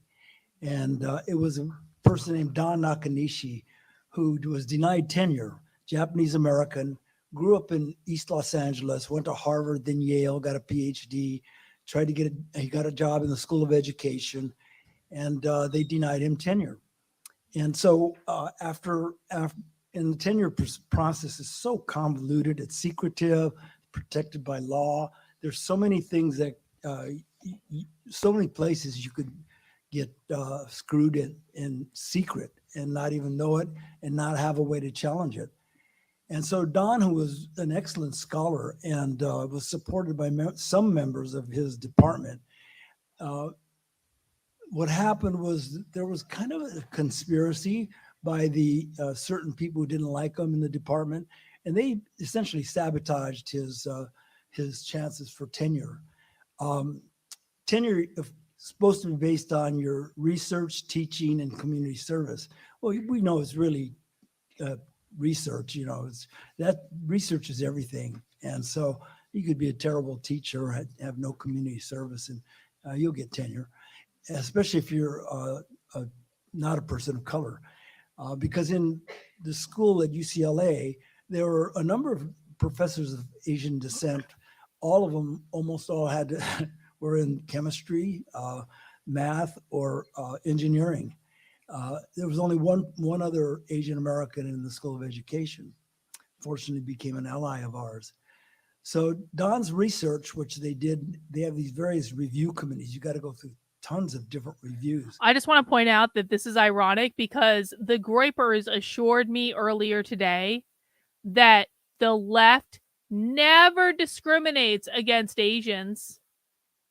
It never happens that Asians are like the only people that the left discriminates against are white people and white people only, and Asians never have any problems and Jews never have any problem. Well, it kind of seems to me as though an uber woke school of education is actively discriminating, according to this case, against Asians. Gee, I wonder why that might be. And the dean gets to pick who are the reviewers. So they could pick whoever they want and know that this person will get a bad review. Well, Don did get a bad review, but the thing about the instructors, because I've done several of these tenure cases or professors, two traits stuck out to me: that they are very, very smart. The other part is they're very, very arrogant. And if you're arrogant, you make mistakes. Because you believe that the law does not apply to you. You leave fingerprints on things. And the first time I learned that is a case I took a deposition of a professor who was in another department at Davis, and this is UC Davis case, and said that, I really wanted this guy to get tenure, blah, blah, blah, blah. And unfortunately, or fortunately for us, we had a spy, and the spy said, this guy is the one who really tried to dump him. In fact, he put it in writing. So I handed him the paper, and his question was not to deny it or explain it. He said, how did you even find that? So, those fingerprints are pretty large. Anyways, so Don came to me and he said, do you think I should fight this? And I said, well, let me read what you have. And this is kind of like climbing a mountain. I mean, they always have tons of papers. In those days, there were no computers, and they're usually single spaced. And then you've got to read this stuff, and you got to learn about why he's qualified. And so you have to learn. I hope it comes back. I did a case involving the reproductive tendencies of fruit flies. That was at Caltech. That was awful. I hated that case. I had to go to the professor and go look at these fruit flies. I hate fruit flies too. But so we looked at this case and we realized that the things that were said about him were remarkable. They said his work is not path breaking, even though it's novel. I'm thinking, well, now, is there a word called oxymoron that fits this? And they said several things like that.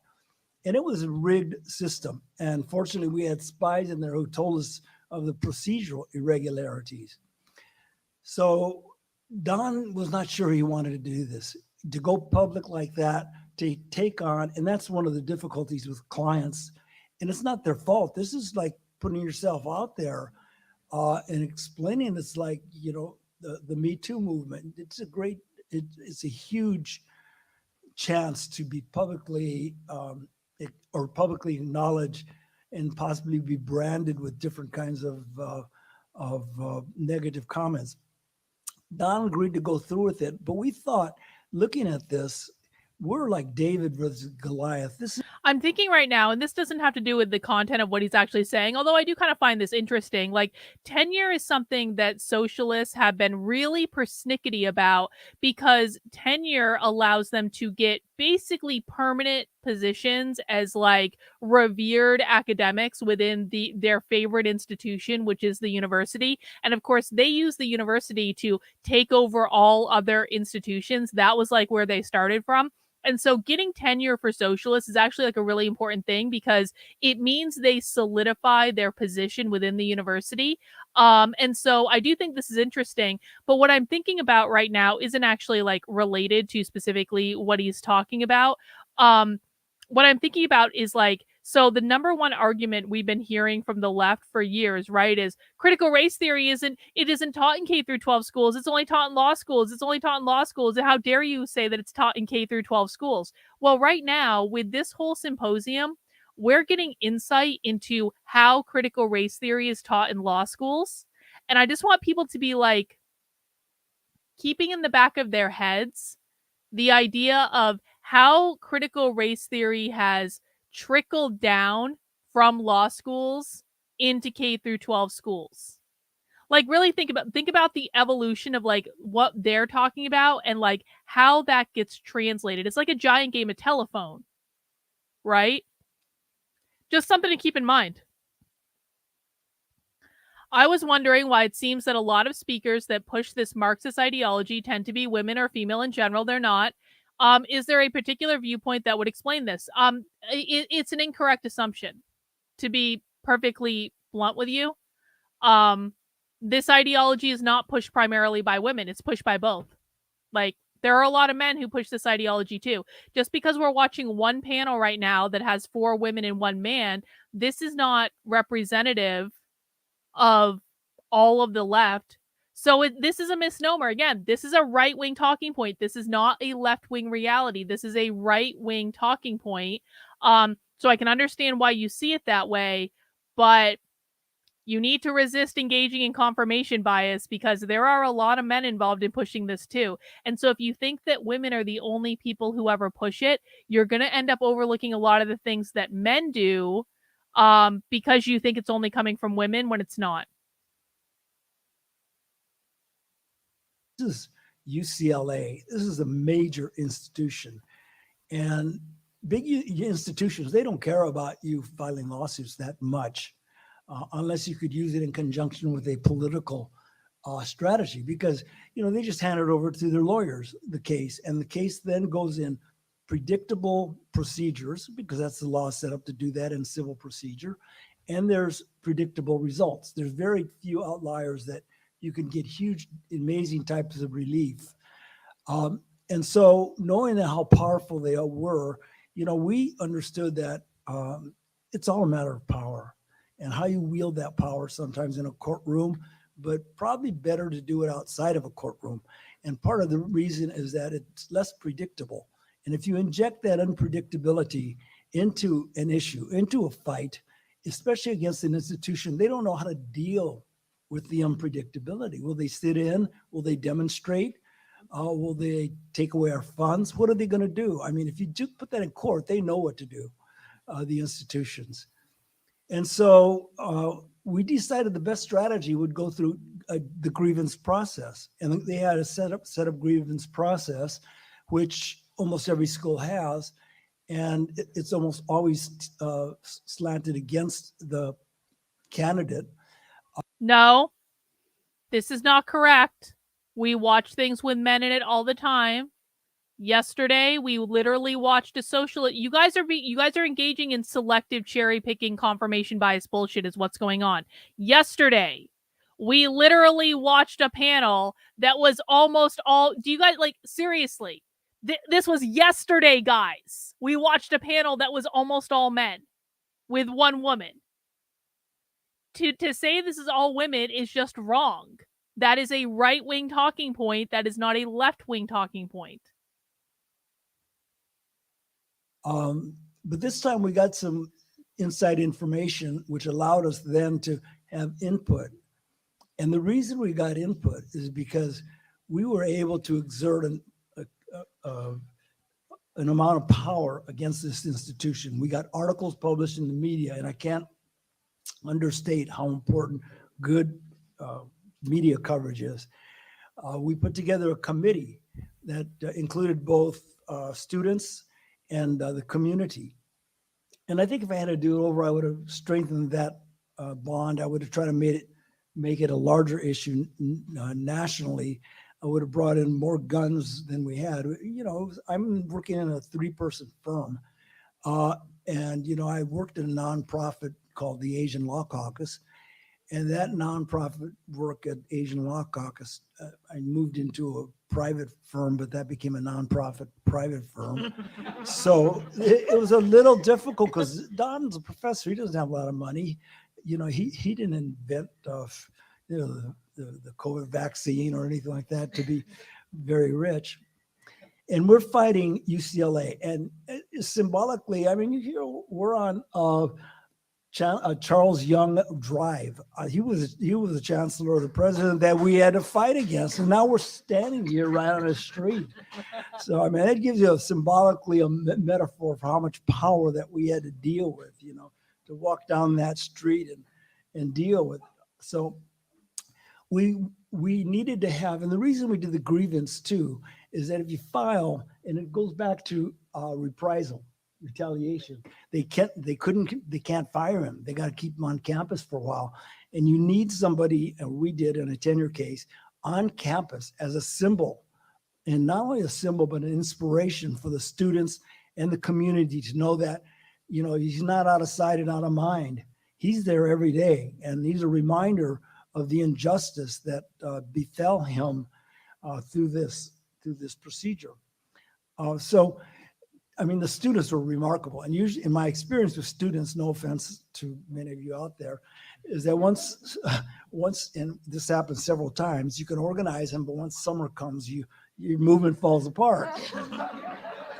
Somehow these students kept it together. They were really dedicated and created leadership. We coordinated that with the community groups.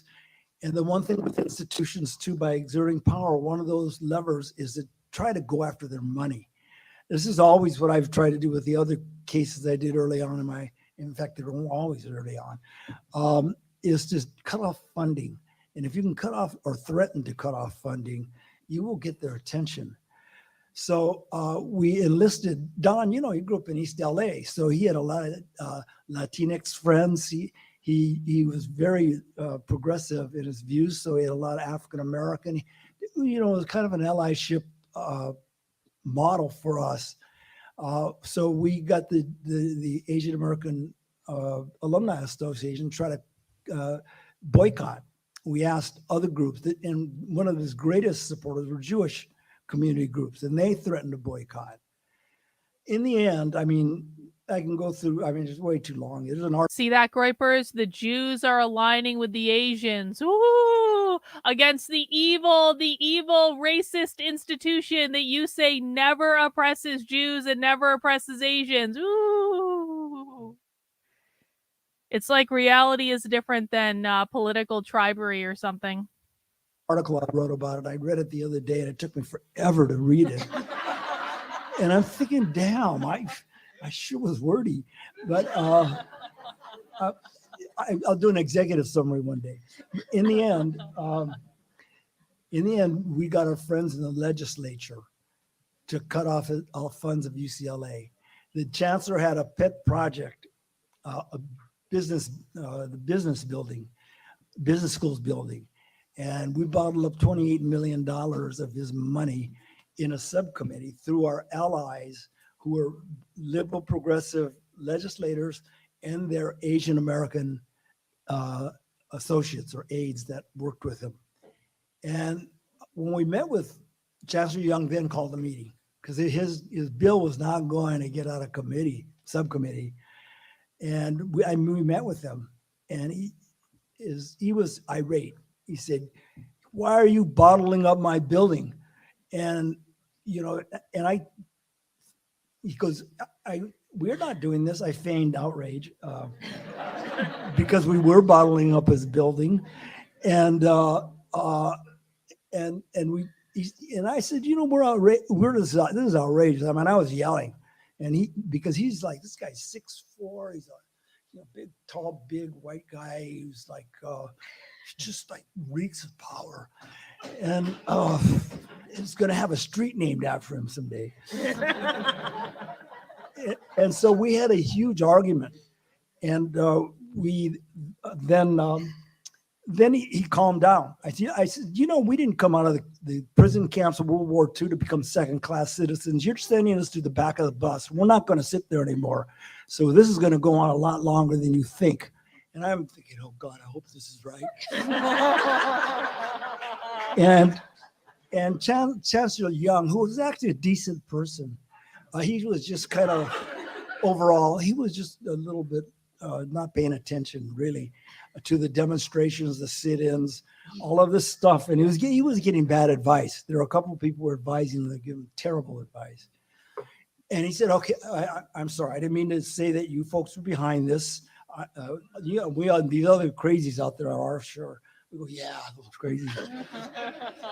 He goes, Dale, where'd you go to school? Where did you go to undergrad? I said, I went to the University of Southern California. And he goes, no wonder. That's where I met Jerry Lopez. So, all right, let's we've never answer been back more either. details. Come on. But that's the different story. Anyways, Don gets tenure, and the bill gets for funding gets released the very next day.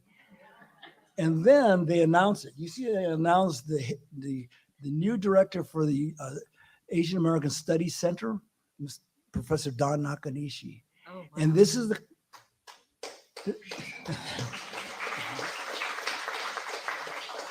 he has since built the biggest Asian American Studies Center in the country.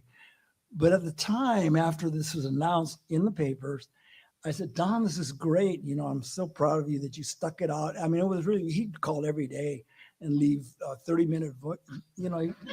He must have thought he was in lecture hall or something, 30-minute voice messages.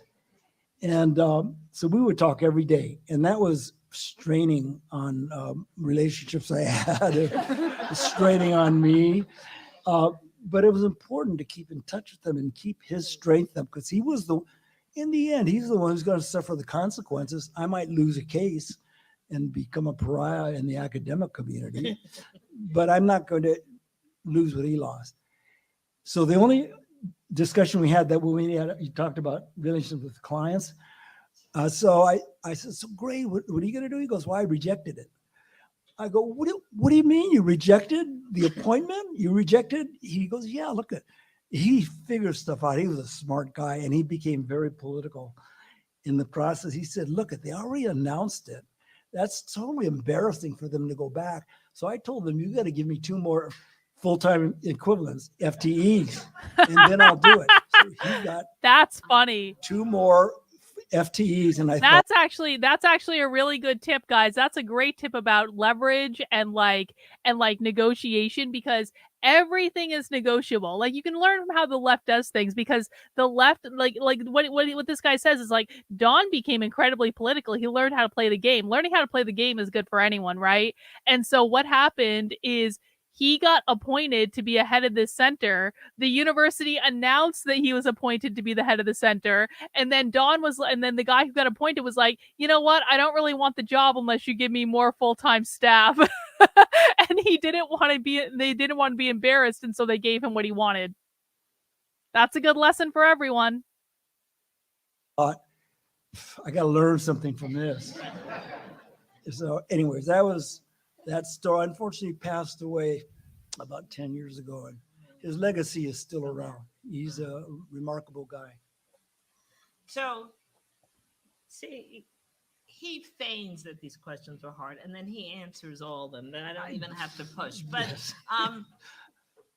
Couple things we want to pull out of this, right?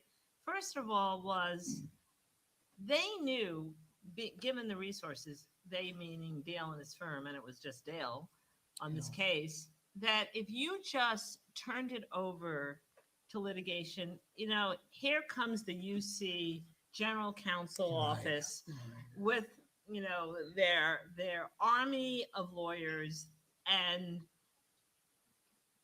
loads of money who will discover, maneuver you. So by rethinking strategy, right? Grievance procedure, let's keep him in there. community organizing. Let's get the students. This is a guy who's got allies in lots of communities, the Latino community, the African American community, the Jewish community. Nothing like defunding your chancellor's pet project, right? That's fun. Yeah. And then having a client who is really a collaborator and who you have to keep up this collaboration, right? For this strategy to play out successfully, the collaboration has to be ongoing. And then, of course, and this reminds me of when I did the firefighter case, and Bob Demmons, who's the head of the Black Fire, much smarter than me, having a client much smarter than you who got more than you even asked for. Yeah. So, I mean, Hang on, what is this? It was at a news conference in 1998 at the Chicago Hyatt Regency O'Hare Hotel that civil rights activist Reverend Jesse Jackson announced that Black people preferred to be called African American. Huh. Fun fact, Chicago, uber fucking socialist. One of the most socialist cities in the country.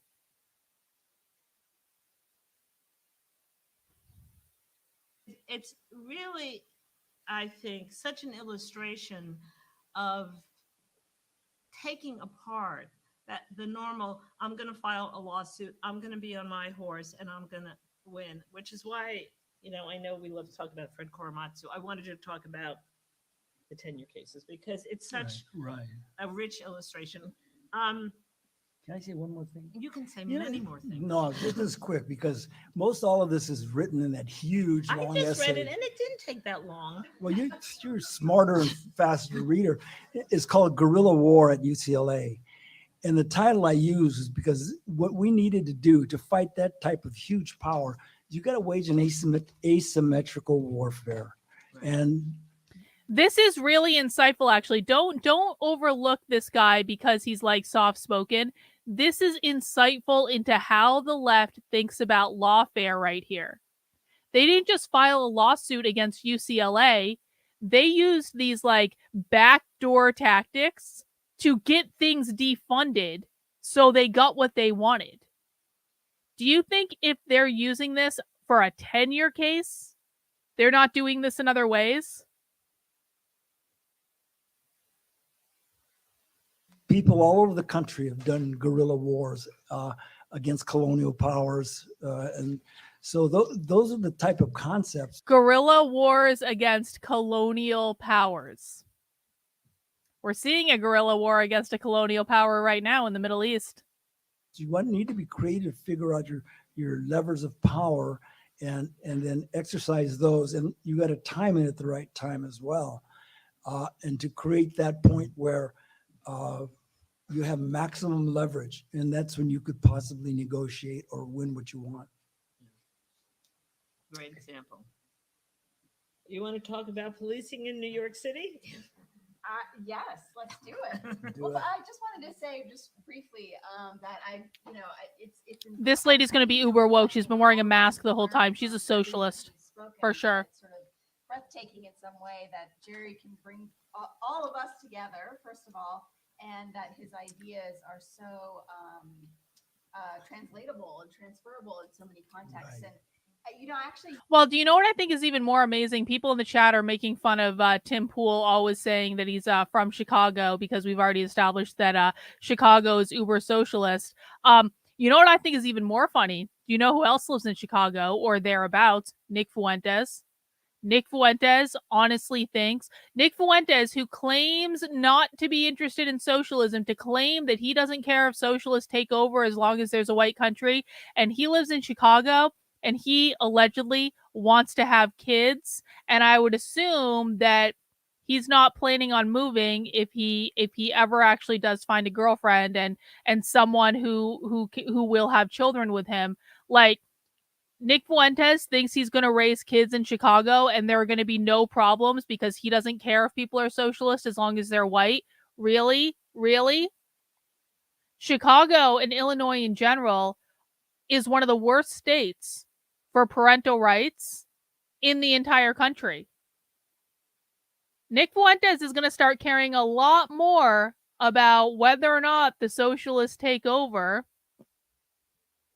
if he has kids and they're living anywhere in the greater Illinois area, greater Chicago area, Illinois, whatever. I think that's going to be funny to watch. I don't have as much problem with him as I do with his audience. I just think that's funny. It's like, you know, use excerpts of it in my clinic seminar because the questions that you pose, Shauna, are so insightful and so important as we think about the future of public interest law, social justice lawyering, and social the justice book lawyering. has so many gems. in She's it. so Even just, soft, I like, can barely 12 hear her. pages, you can just tease apart all of these really complex questions, and it's an excellent tool. So just wanted to shout that out again. So let me just set the stage for the case here. So I was asked to speak about the Floyd versus New York City case, which is the stop and frisk policing case in New York City from now a decade I'm going to fast ago. forward to the Q&A. I don't want to listen to this. I want Q&A. I can barely even hear her anyway. Stop. I don't think anyone cares if I fast forward.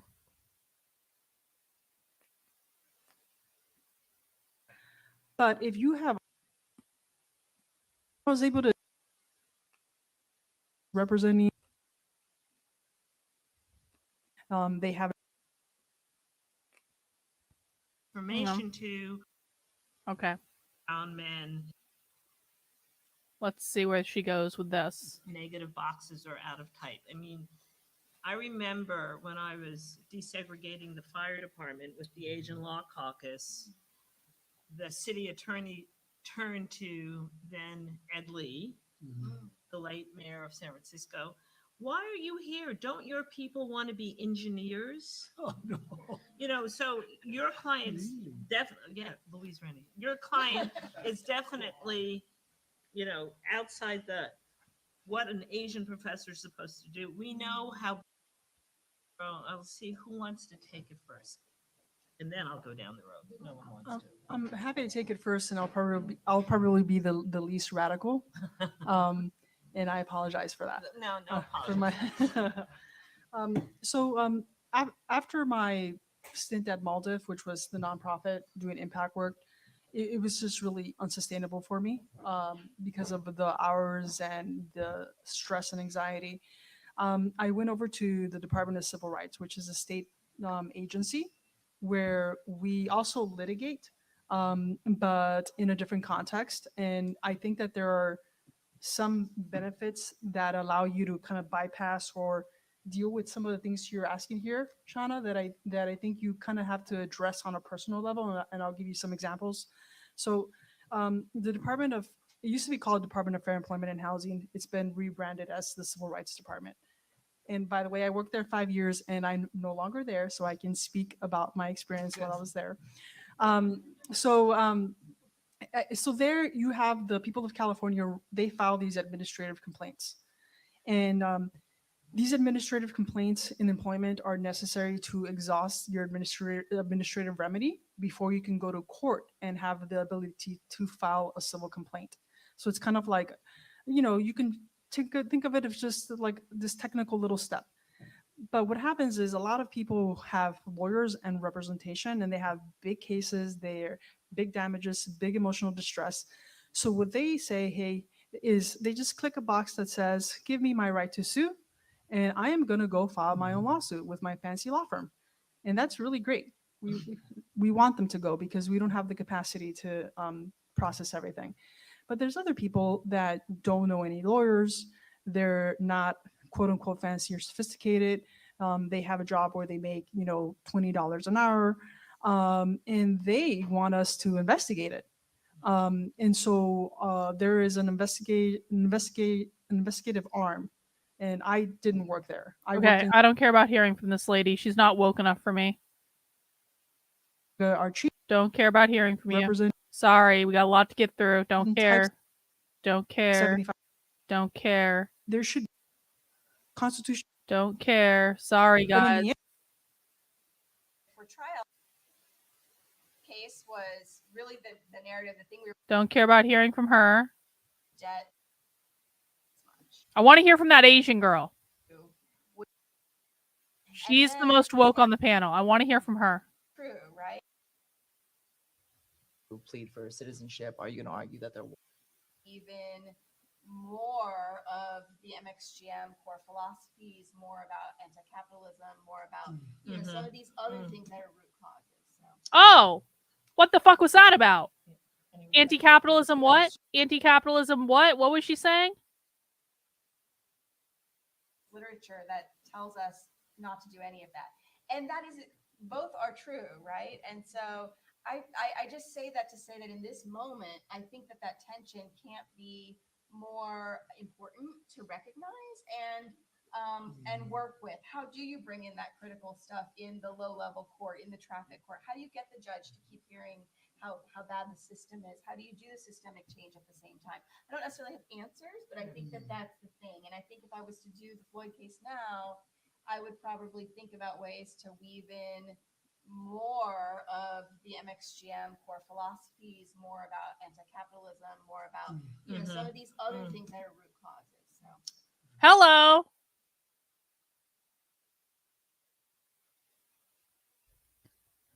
We need to go back and listen to this lady's answer again, because what she just said, and I know she's very soft. I'm going to turn up the volume on the browser, which I don't like doing because it turns up my microphone volume and then I really blow your ears out whenever I say something.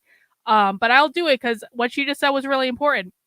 She said that what they're thinking about is how do, for like routine things like traffic things or something like that, like how do they weave critical theory into like routine things so they can bring anti-capitalism into cases?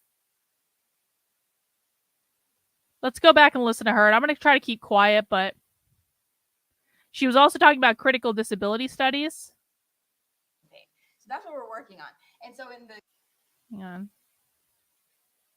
Are we even going to be here? And I don't even say that lightly. And he says, we don't have time for these incremental changes anymore. And so he said, so I want your students to come up with strategies for us that are going to really we don't want any surveillance on traffic stops. We don't want any cameras. Like what can we do that has nothing to do with police and traffic?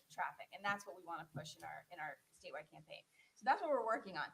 And so in the class, we had this part of the class where we talked about disability justice, critical disability theory, because we work with so many disabled folks. And then this narrative theory class where I was really trying to get them to create a storyline for their clients that a judge would find palatable. And I don't think he's here, but this one of my students, so reflective, so amazing, says, I feel like these two things. I'm turning down my browser volume before I speak to be considerate of everyone so I don't blow your ears out. So Curtis says, we don't have time for incremental changes anymore. We hear a lot of that.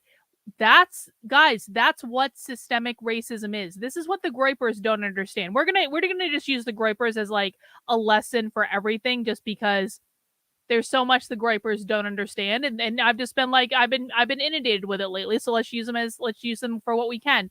So what the Groypers don't understand about the left is the left does not care about individual white people.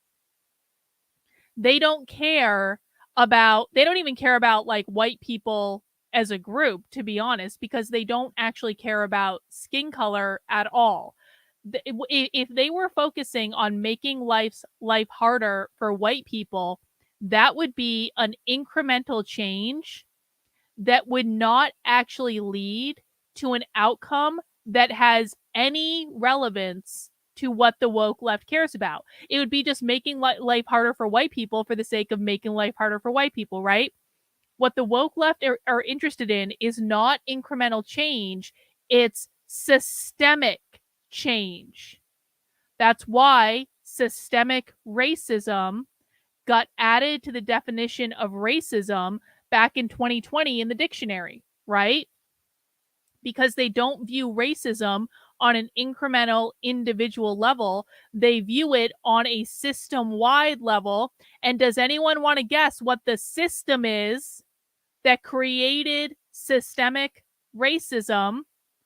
What is the system, pop quiz for the chat, what is the system that created systemic racism and why whiteness means the name of the system that capitalism. Whiteness, gripers, whiteness is used for capitalism. It's coded language for capitalism because they believe that capitalism created systemic racism. That's why they're not looking at the incremental change. They're looking at changing the system. Are very much the opposite. You're trying to tell us to write a story that a judge is going to find compelling, that twists our client into this, like, you know, sort of storyline that everybody's going to accept. But then we're having this critical disability conversation where we're reading this literature that. Hang on. Got to turn my volume down again. Don't want to blow anyone's ears out. AD says, let's not mince words. They want civil war. No, they don't. The right is never going to fight us. Guys, do socialists ever even really talk about conservatives? Pop quiz. Do socialists talk more about conservatives or do they talk more about neoliberals?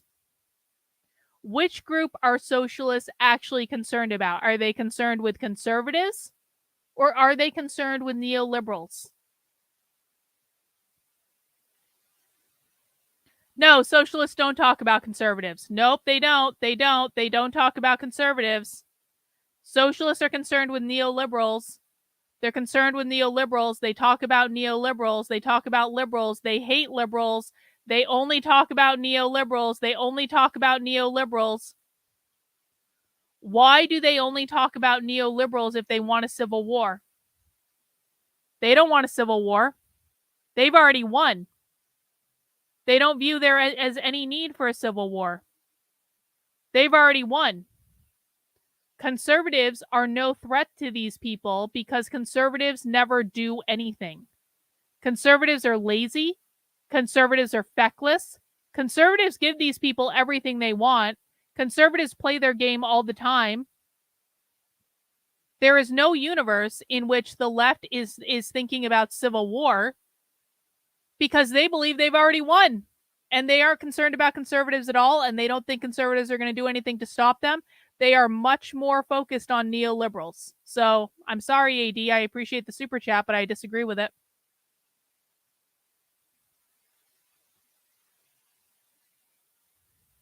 That tells us not to do any of that. And that is, both are true, right? And so I just say that to say that in this moment, I think that tension can't be more important to recognize and work with. How do you bring in that critical stuff in the low-level court, in the traffic court? How do you get the judge to keep hearing how bad the system is? How do you do the systemic change at the same time? I don't necessarily have answers, but I think that's the thing. And I think if I was to do the Floyd case now, I would probably think about ways to weave in more of the MXGM core philosophies, more about anti-capitalism, more about some of these other things that are root causes.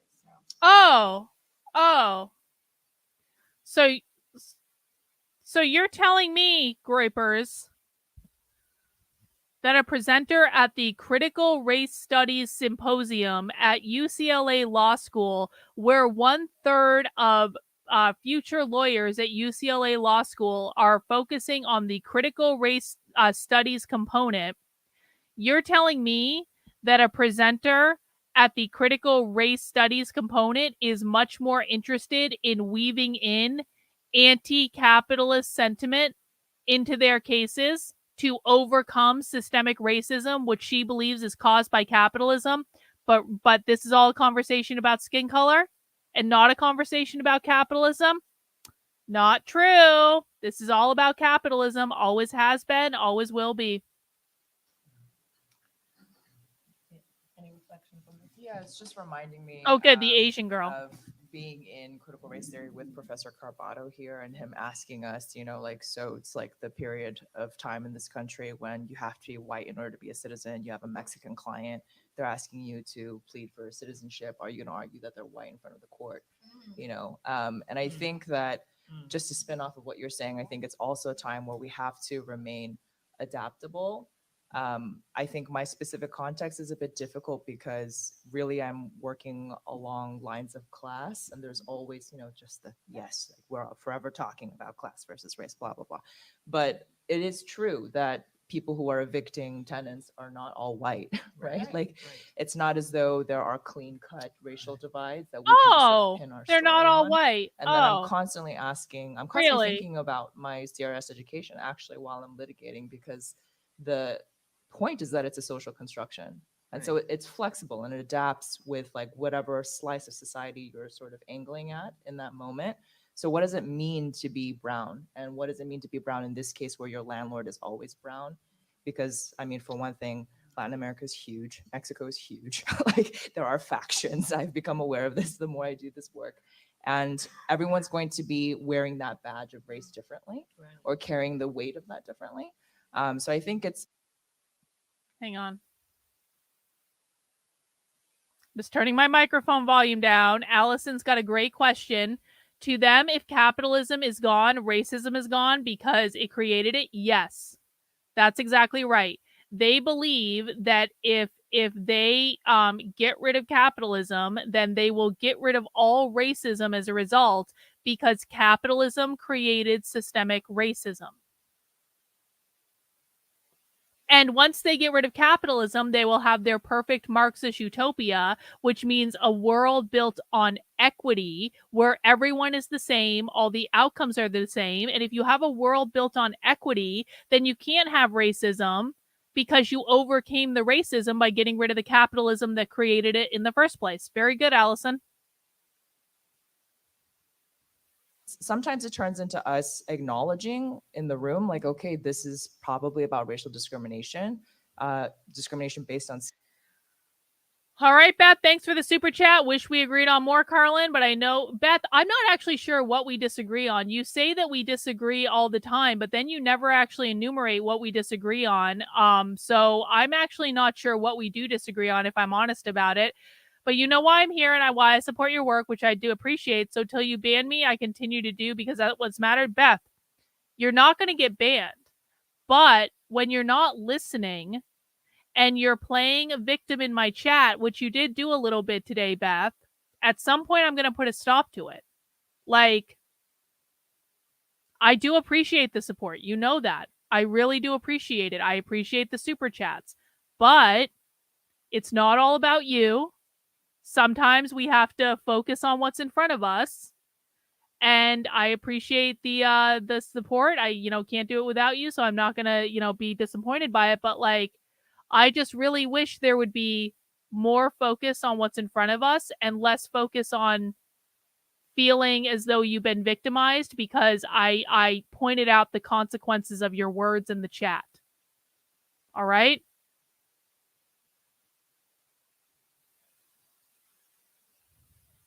Skin color because somebody's more indigenous and this other person's from northern Mexico who is their landlord who has more resources, who is lighter skinned. The judge is not going to let me bring a racial discrimination claim because the judge sees them as both brown. So what does this mean, right? So how can we figure out a way for this person to tell their truth before the court and still speak of their suffering in a way that is true to them and craft the defenses in the case that it matches that? Sometimes it looks like disability discrimination. Sometimes it looks like gender discrimination or finding some way to fit it in.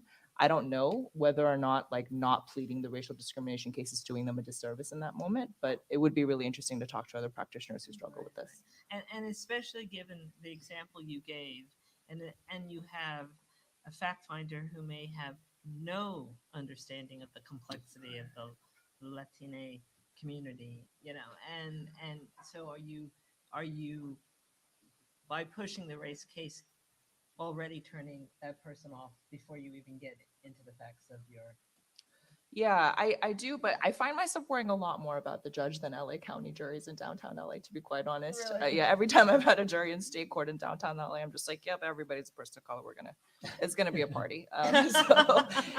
So yeah, I think just my specific material Yeah. context are more forgiving in that. I was just shown how little time we have. And so I want to switch gears really Q&A. quickly. Q&A. Really switch gears, especially since there's so many students here. Q&A. And ask the panelists to talk a little bit about doing the work in different contexts. So the constraints of doing it in a law school. The Asian Law Caucus was really, before Jerry wrote his book,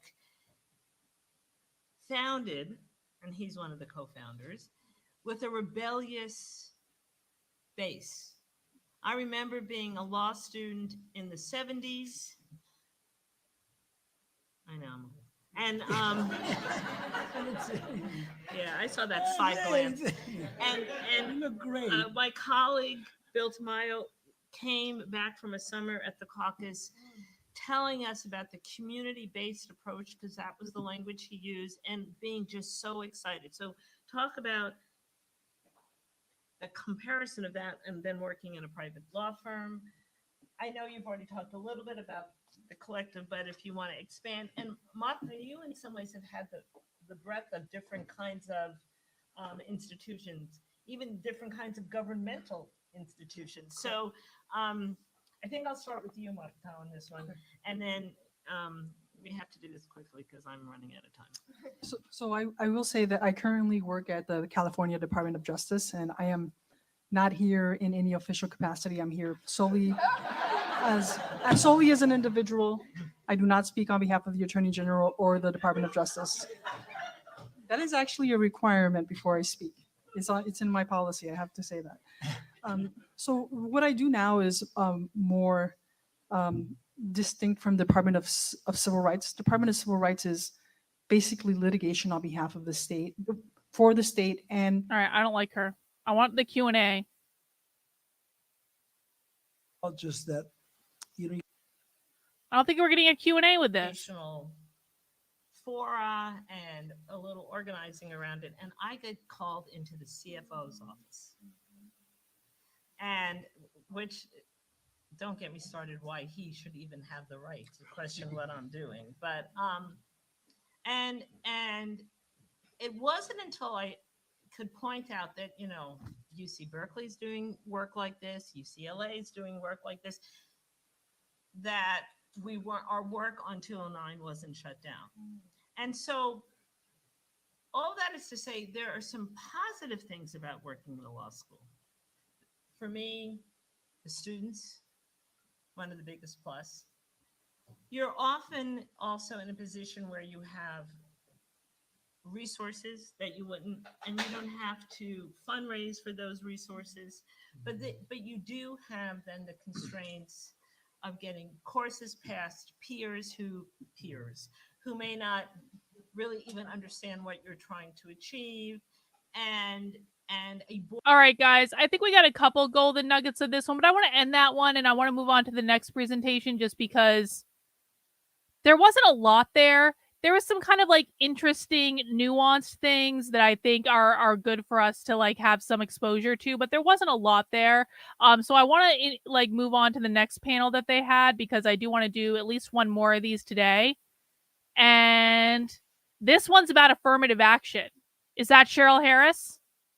I think that's Cheryl Harris. Cheryl Harris is the author of Whiteness is Property. So this one I think is going to be a banger because, of course, they're going to be pissed off that the Supreme Court ruled against them on affirmative action. And so I want to move into this one. It's called Affirmative Action, the Real Deal and Not Just Harvard Admissions. And fingers crossed that the audio is better. But sometimes we just have to deal with this because, as we know, socialists don't know how to use technology, and it's just the way it goes. But we will manage and work our way through it. I appreciate everyone hanging in. I know this is a little bit of a drier content day, but it's important content. And so you're helping me research this, which I appreciate. And, go grab yourself a drink. I'm about to pour another beer here pretty soon. And, let's keep going. Hello, everyone. I'm Jerry Lopez. The man of the hour. The man of the hour. There are some people I did not expect at all, from not that far and very far, and some people who were very close who I didn't expect at all, and others who I expected, and it's still a high to be with you. And then Norwalk, right, was a total surprise because Luis Vega, who's sitting right there, who's their teacher and one of the two people, was bringing students to the March 2020 bus and everything set up, and then life took over. And so when we were planning it again, I reached out to him and to Anna, who has also brought students, saying, hey, blah, blah. And Luis said, okay, I've gone through the hoops, but heaven only knows, right? Because if you're dealing with a school district or a school, it's not just law school. And I couldn't have been more surprised because I didn't hear back, and I just figured he was letting me down easy, right? I'm going to do the Tardale. Ooh, my mic got loud. Someone was Tardale. talking to Dale Manami for a few minutes after the panel, a friend of his who's quite wonderful, and saying to him that Dale always says, I don't know what I'm doing. Shauna, what are you forcing on me? I can't read it. You know, what tenure piece are you talking about when he wrote it? And then this is all true. And then she said to him, like, Dale, like you suddenly come to life. You know, before you're acting like you're 140, which is accurate. And then when you're here, you're suddenly the same young dude who founded the Asian Law Caucus with other wild people, which was itself a wild thing. But her point was like, it was already beautiful to see it passed down across generations, which is what any number of people here do. Even some of you are quite young. But to have like high school kids, come on. The only thing that would have been the equivalent is there are two people here who are great, brilliant preschool people. And I wanted them to bring the preschoolers. They both know it. They're still here. And maybe they will tomorrow, right? Because if this woman, Dale's friend, was right, then we ought to start early, right? There is no reason to wait, and law school is way too late. So there's been a lot of change-ups. One is somebody far better than me should have been in my moderating role and couldn't. So for a lot of reasons, I said, okay, I can be the moderator and have the panel carry me, which is the way I love working. Hang But on. I work and some. Don't disrespect mushrooms like this. You can't take mushrooms and process stuff like this. That's not what mushrooms are for. Mushrooms are for like self-discovery and like communing with God and all that sort of stuff. Never do mushrooms and do stuff like this. That's going to lead to a horrible trip. You're going to feel like you're dying. Like, really, weed, yes, weed is fine. Like, that's much more appropriate. But not mushrooms. Come on, bro.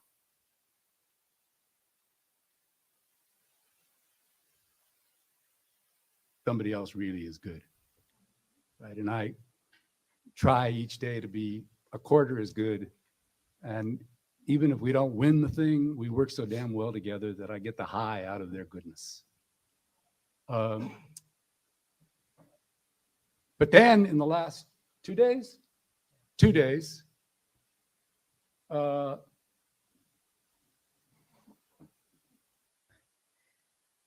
if they have this episode, then I no longer trust them because that's fucking ridiculous. That is fucking ridiculous. Communism did not create Islamic terror. That is such pandering to the right. It's just not even funny. I'm disappointed in the Epic Times. Eric Cohen, who is the executive director of the Immigrant Legal Resource Center, in my view, the best immigration outfit in the country, founded in this scrappy, crazy, you can't imagine it could be done way by Bill Hing in 1979.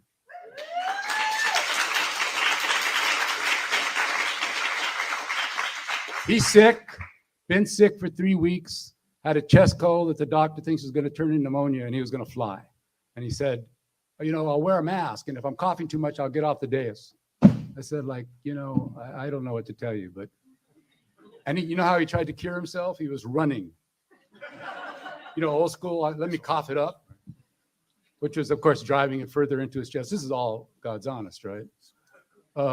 And so finally, his life's partner and I said, you can't get on the plane. It's not about getting better. It's about getting well.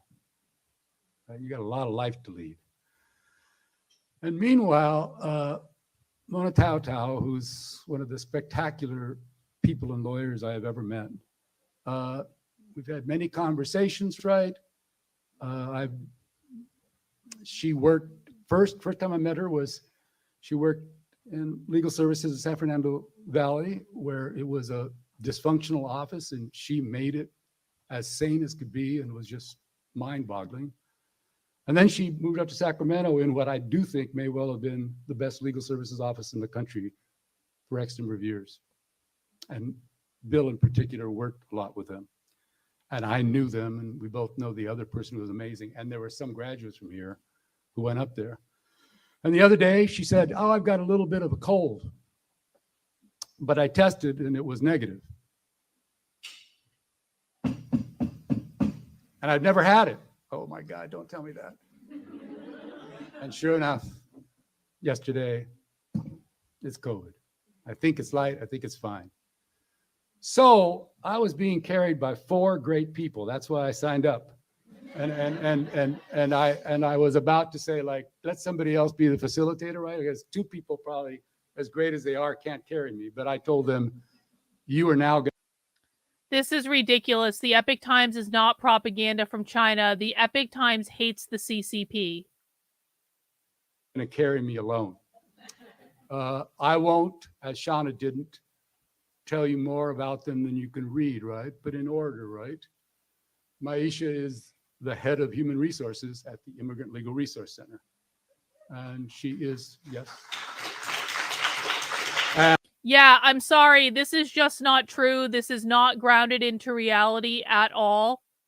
I'm sorry. This is just not true.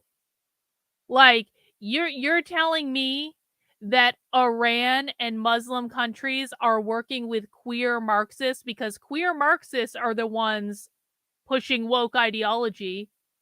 You're telling me bullshit, bro. Bullshit. That's not happening. That's not real. I'm sorry. That's there is no universe in which that's grounded into reality at all. And she knows the sort of belly of the beast of institutions from now large nonprofits to before that, the corporate world, and what it means to kind of understand the world of what are we doing, what makes it work, what kind of people are we looking for, what kind of people do we promote, what kind of people do we have to get rid of? Because if you're the ILRC and from the beginning, much like Dale's caucus, without any term like rebellious, you were already rebellious, then the idea is you better work that way no matter who you are, or really this isn't your place. Next to her is my brother in secret warfare against the world. Well, but if you're telling me that video doesn't say that that Iran is working with queer Marxists, then they don't know what the fuck they're talking about, and they're probably conflating trans and queer or gay and queer, which are not the same thing. And so fundamentally, everything you've told me about this so far tells me that if the Epoch Times is creating propaganda and doesn't know what the fuck it's talking about, which again is disappointing for me. Sherrod Thaxton, whose go-to stuff really is formerly a public defender and still heavily involved in death penalty work, right? And he's written some of the great stuff ever about it, which, yes, Dale, is long, and yes, Dale, you should read it. But unlike other people, right, when all this fight was going on about really affirmative action is wrong for all kinds of reasons, but among the reasons are it actually hurts those of us who have benefited. Some people took on the challenge, but nobody took on the challenge the way he did, right? Partly that's true.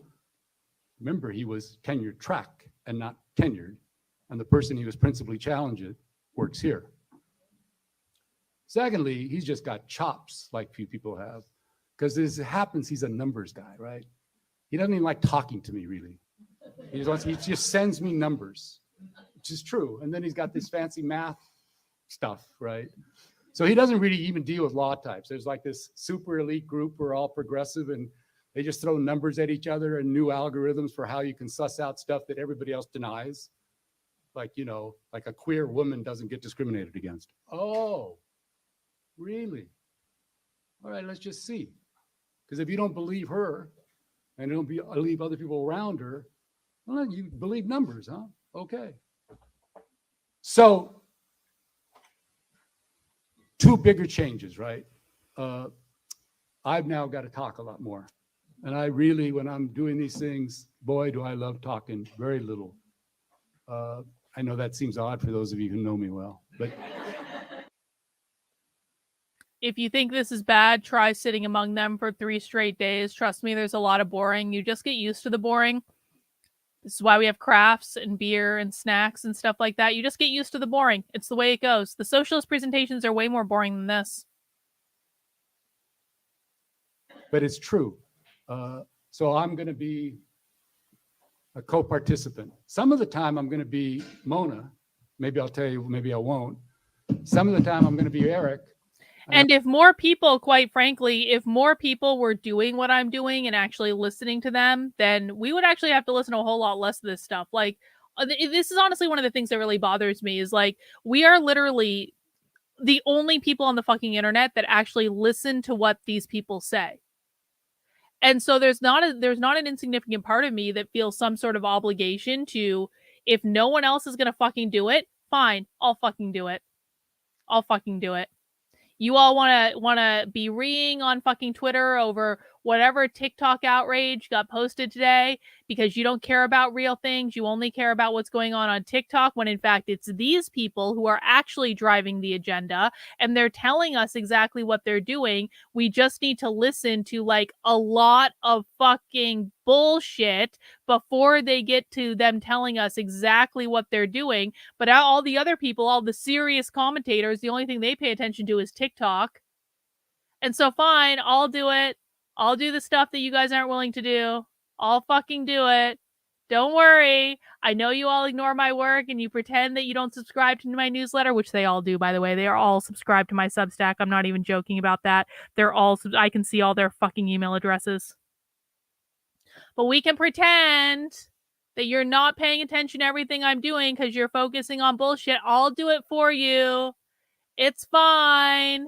Don't worry about it, Dave Rubin, who says, I just don't know when good people are going to step up and actually do something. And fuck you, Carlin, for exposing me as the shill that I am. I'll do what you aren't willing to do, Dave. Don't worry about it. You can keep shilling conservative fucking Zionist fucking talking points on Twitter. I'll take care of the real work, bro, while you're going and saying, I just don't know when people are actually going to do something. If more people were doing this, we would have to do less of this, is all that I'm saying. Then once in a while, I'll be me, which you'll probably be able to pick out. Thank you, Jeff. But here's the other thing. Thank you. You got to vibe with me to make happen, right? You got to vibe with me to make happen. These two are uncommonly polite. Like, I don't know which side of the Black traditions they come from. What did he do today? I haven't even looked at his Twitter today. Give you room. What did he do? Right? Give you room. They kind of think they're only supposed to occupy this much, and they said it well and don't go any further. And so I have said to them, you are supposed to take up space. Be you. Don't be professionally nice. I don't mean in the sense they won't speak the truth. They just think they're supposed to share, right? Well, I don't want them to share equally. Right? So you've got to vibe it up to say what's up? Right? What's up? Speak. Right? And I warned them, so they all knew that I not only insisted with them, they knew I was going to tell you, because I need help. They're really hard to get off their polite thing. Right? And right now, I need them not to be polite, right? I need them to be all that they got and taking up a lot of stuff. So Mona likely would have been the person to say, okay, how did we get here, right? So we seem to be responding to the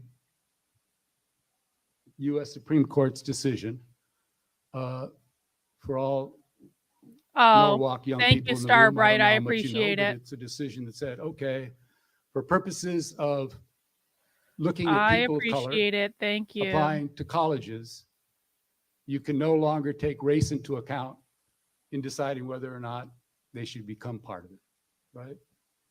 Okay, now we're finally getting into it. 10 minutes into the presentation. Okay, so there's not an insignificant chance, guys, that they're going to actively tell us how they're going to try to obfuscate the Supreme Court ruling. Because again, that's going to be a strategy of the left, is like they're going to try to find a way, like a legal loophole of some sort, to get around this. And so that's what we want to be looking for, is how are they trying to figure out how to get around that affirmative action ruling. Thank you, God. You guys are so nice with the super chats. Yes, I do all the boring shit. Support my work. Subscribe to my Substack. I'll do the boring shit so you don't have to, because I can knit while I'm doing it. And so fine for me. But I do appreciate it, guys. I can't do it without you. I really do appreciate the support. Big decision. And it is important in all kinds of ways, though we won't be talking about like the little particulars, right? But it helps to go back, right? And if Dale's actually, I think, 70 years older than me, but I think I'm 272. Bill and Shauna and Gary Peck are all younger. But this, a little narrative snippet, right? When I went to college, there were 2 other Latinos I ever met until my senior year. So 3 people. One was somebody who I played sports against all the time. And he was the first team high school All-American quarterback, who sadly, and for the most horrific reasons, washed out by his freshman year. And the other one stayed around and was a great guy. I knew no Latinas. Maybe they were there, but I didn't know them. Now, Dale might say, if you went to class, you might have seen somebody. Fair enough. But I walked the campus occasionally. I did not know a Black woman until my sophomore year. Never saw one, didn't know one. And throughout my 4 years, I never met a Black man who was not on athletic ride. Now, here's the thing Dale would correct me on because he knows more. But when I met Dale at 17, right, on the basketball court, Dale can ball. Like Dale can really play. I only knew Dale and 2 other Asians on the whole campus. So this idea of model minority was always such a surprise to me. Like, when did you guys get smart? Model minority. And Model there's- minority. Model minority. Pop quiz. What do you think model minority means? Let me give you a hint about what model minority means. Because I heard an awful lot at the socialism conference about model, M-O-D, model, as in the model that we want to base all other minority on. I heard a whole lot in one particular session at the socialism conference. And that session at the socialism conference was basically shitting on Asians because they were saying that Asians are used as the model minority that all other minority groups have to live up to. And they don't like that Asians are used as the model minority. And that's because Asians are considered to be too close to whiteness. Why? Because Asians are successful in the world and they engage in capitalism way, way, way, way, way too much. Exactly. The model citizen is referring to races that uphold capitalism. That is why the woke left and the socialists consider Asians to be the model minority. and they don't like it when they're used in like in the affirmative action discussion specifically, because of course the affirmative action case was all about Asians being discriminated against in college admissions, because if you look at it on face value, like 90% of Harvard's class, like freshman class, should be Asian. I mean, really, if we're just going on merit.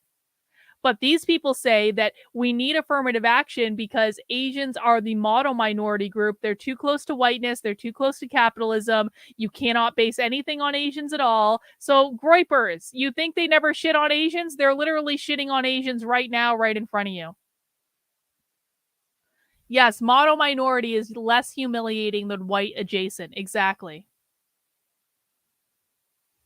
It's only 3 of you in my Jesus time. And Christ, you're thinking, that what was the heck loud. happened? And I used to say that to him, like, when did this mythology come into being?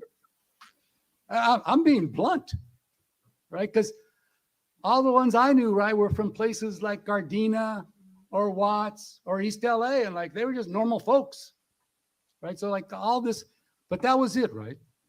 When I went to law school, let's keep going. When I went to law school, 4 other Latinos in my class, 2 the year before them, 1 the year before that, and a myth that there was once an American-born Latino from the 1940s, right? That's the total.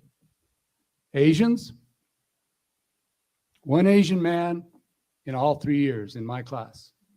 He was also a basketball player, good dude, Japanese dude from LA. So we got on. There were a larger number of Black folks, but only because Harvard had decided earlier on for particularized reasons to go to historically Black colleges. So there'd been a bit of a funnel. But just to get straight what the times were like, right? I don't know if any of you would guess this. The total number of women in my first year class, 9%. 9% of women in my whole first year class. So now that I've told you the numbers, picture what, because each one of the classes was 600 people. Picture what 1,800 first through third year people would look like, given that I've just told you the number of women and people of color. Now, there, I had even better reason not to go to class. So fast forward, right? Everybody is talking as if these new decisions are calamitous, and they might be. But they're also frequently talking in many other parts of the country, particularly the Northeast, as if it's the first time ever. And that's just grotesquely uninformed. Because what state, more than any other state, has already lived this? The state of California. All right, so Norwalk kids, do you know any of this? You ready? Right? Suddenly places like UCLA in 1993, 1994, it really was beginning to look like LA's demographics, right?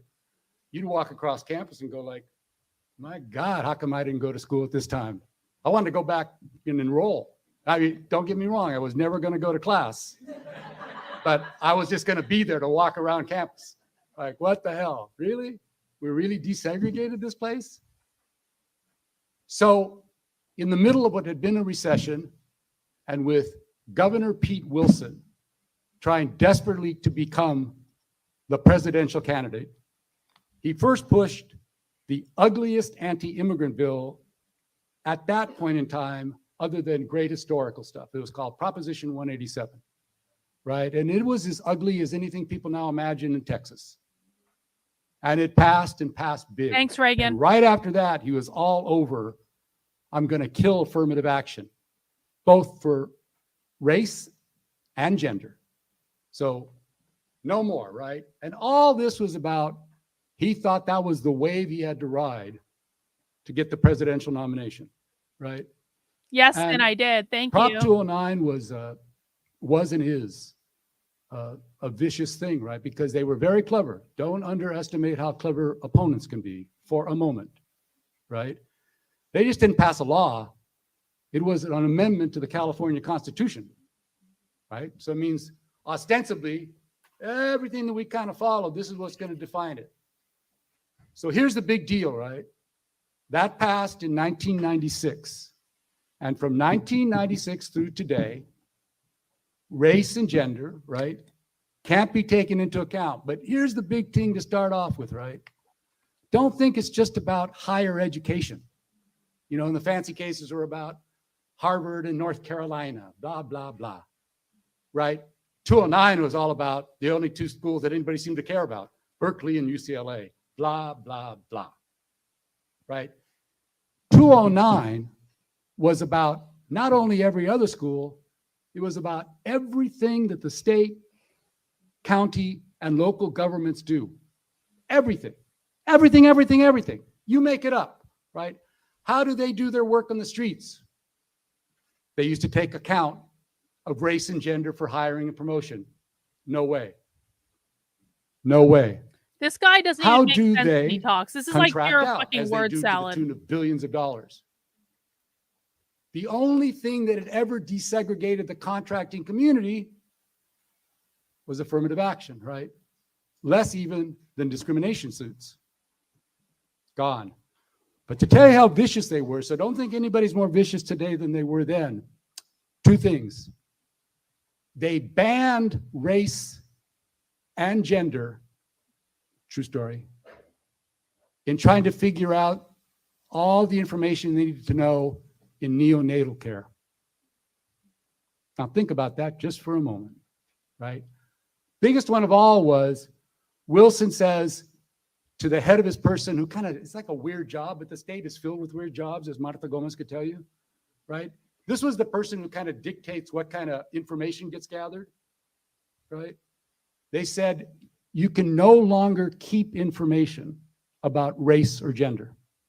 Think about that. So now, Yeah. of course, the first thing you should say to yourself, like, no, I could you say, like, wait a second. Hang on. This is actually a really great point, Milo. This guy is arguing against equal protection under the law. He's arguing against equal civil rights being the law. And this is the guy that's being honored by this entire symposium. And that is the basis of critical race theory, guys. That's what critical race theory is. Critical race theory is about equity. It's about equity, which is fundamentally unequal. Equity means unequal. He wants to repeal civil rights law and radicalize racial discrimination again, but for his people. This is exactly right. Well done, Milo.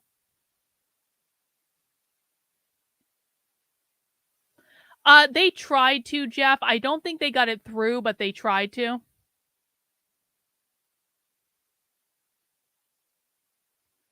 If they're not keeping this information right, then how do we even know that affirmative action is not in gear, right? Because don't you have to have race information and gender information to know if somebody's cheating, which is what they were concerned about? But the other thing is, of course, our side of it. Well, if you don't have that damn information, how are we supposed to be working on all the discrimination suits, which we know are justified? There's just not enough people to bring them. But Pete Wilson and those characters weren't playing. And they weren't playing in precisely the way that today's people aren't playing. Yes, it's about education, but anybody who just marks it off as if that's somehow a wall and not about hiring and promotion, not about health, not about contracting, and you keep on going with all that you know about life, they're living in some fantasy world. Now, there are fights to be fought, right? There are fights to be fought, and this will take time, but it's serious. But the first thing you all should know, and know our kids in particular, right? Because Anna sent me this lovely text of one of the young people she was trying to bring, and that young person said, this was from LA Unified, Anna, can you help me? Because they have only particular rules about, excused absences. And going to this conference with you is not regarded as an excused absence at LA Unified School District. And if you want to know one of the 10,000 reasons I would abolish LA Unified School District, that sums it up. But know what? That's the biggest funny because thing you they're like should know, uber right, woke. is that that person was saying, They're this is uber the first woke. time I will go to a UC campus ever. This is an LA girl, right? Who's not far away at all. So she gets a chance to go because this lawyer who works as an organizer and a bunch of other things brings them like, oh, no, the technical stuff. So Norwalk kids, this is your home more than it's my home.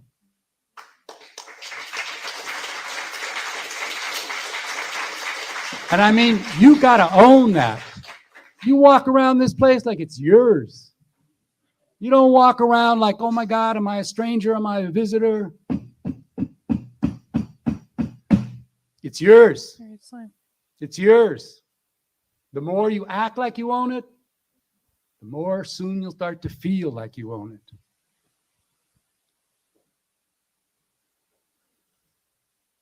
So today, even more than in 1994, 1995, and 1996 in California in the run-up, the arguments against affirmative action are many, but let's summarize. 3, I'll make them up. They're actually the biggest ones. I'm not making any of this up. One is like, well, what the hell? What happened to colorblind merit? Here we go. Because that's who we've always wanted to be, already to a considerable degree achieved, and this is just a grotesque violation, right? Secondly, like, wow, and it hurts other people, right? Just think of all the people who aren't going to get in because of the people who are going to get in about race-conscious affirmative action. And then the final big kicker, right, is the idea that, well, it doesn't just hurt the other people, but all those young people of color or all those contractors of color, go down the list, all those young people of color who get into these schools, they're really mismatched. That's what they call it, mismatched. What does mismatch mean? Well, hate to tell you, they're not really good enough to be there. And with affirmative action, right, you're putting them in some place where they're going to just get trounced. And even if they hang in there, they're not going to feel good about themselves. So we should match all these people of color with some other place way down the line. Now, who knows? Way down the line might be the best education in the world.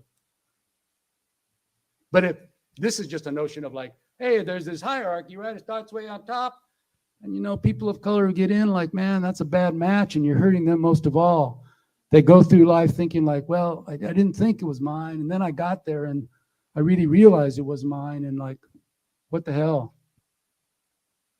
So we're going to start with charade, right? Because no one in the country has ever taken on mismatch theory and other lies told about affirmative action. Bye, Chad.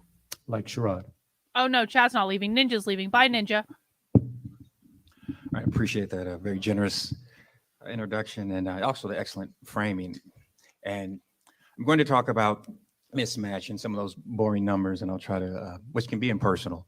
But before, I want to stick with your theme as past this prologue and tell a more kind of personal story, kind of about my point of entry into this debate long before I knew this was actually my point of entry in the debate. And then I'll get back to some of those boring numbers. And like you, I really do want to target my remarks to our wonderful guest from Norwalk High School and just emphasize that you never know when your number is going to be called. So just be ready to throw down when it is.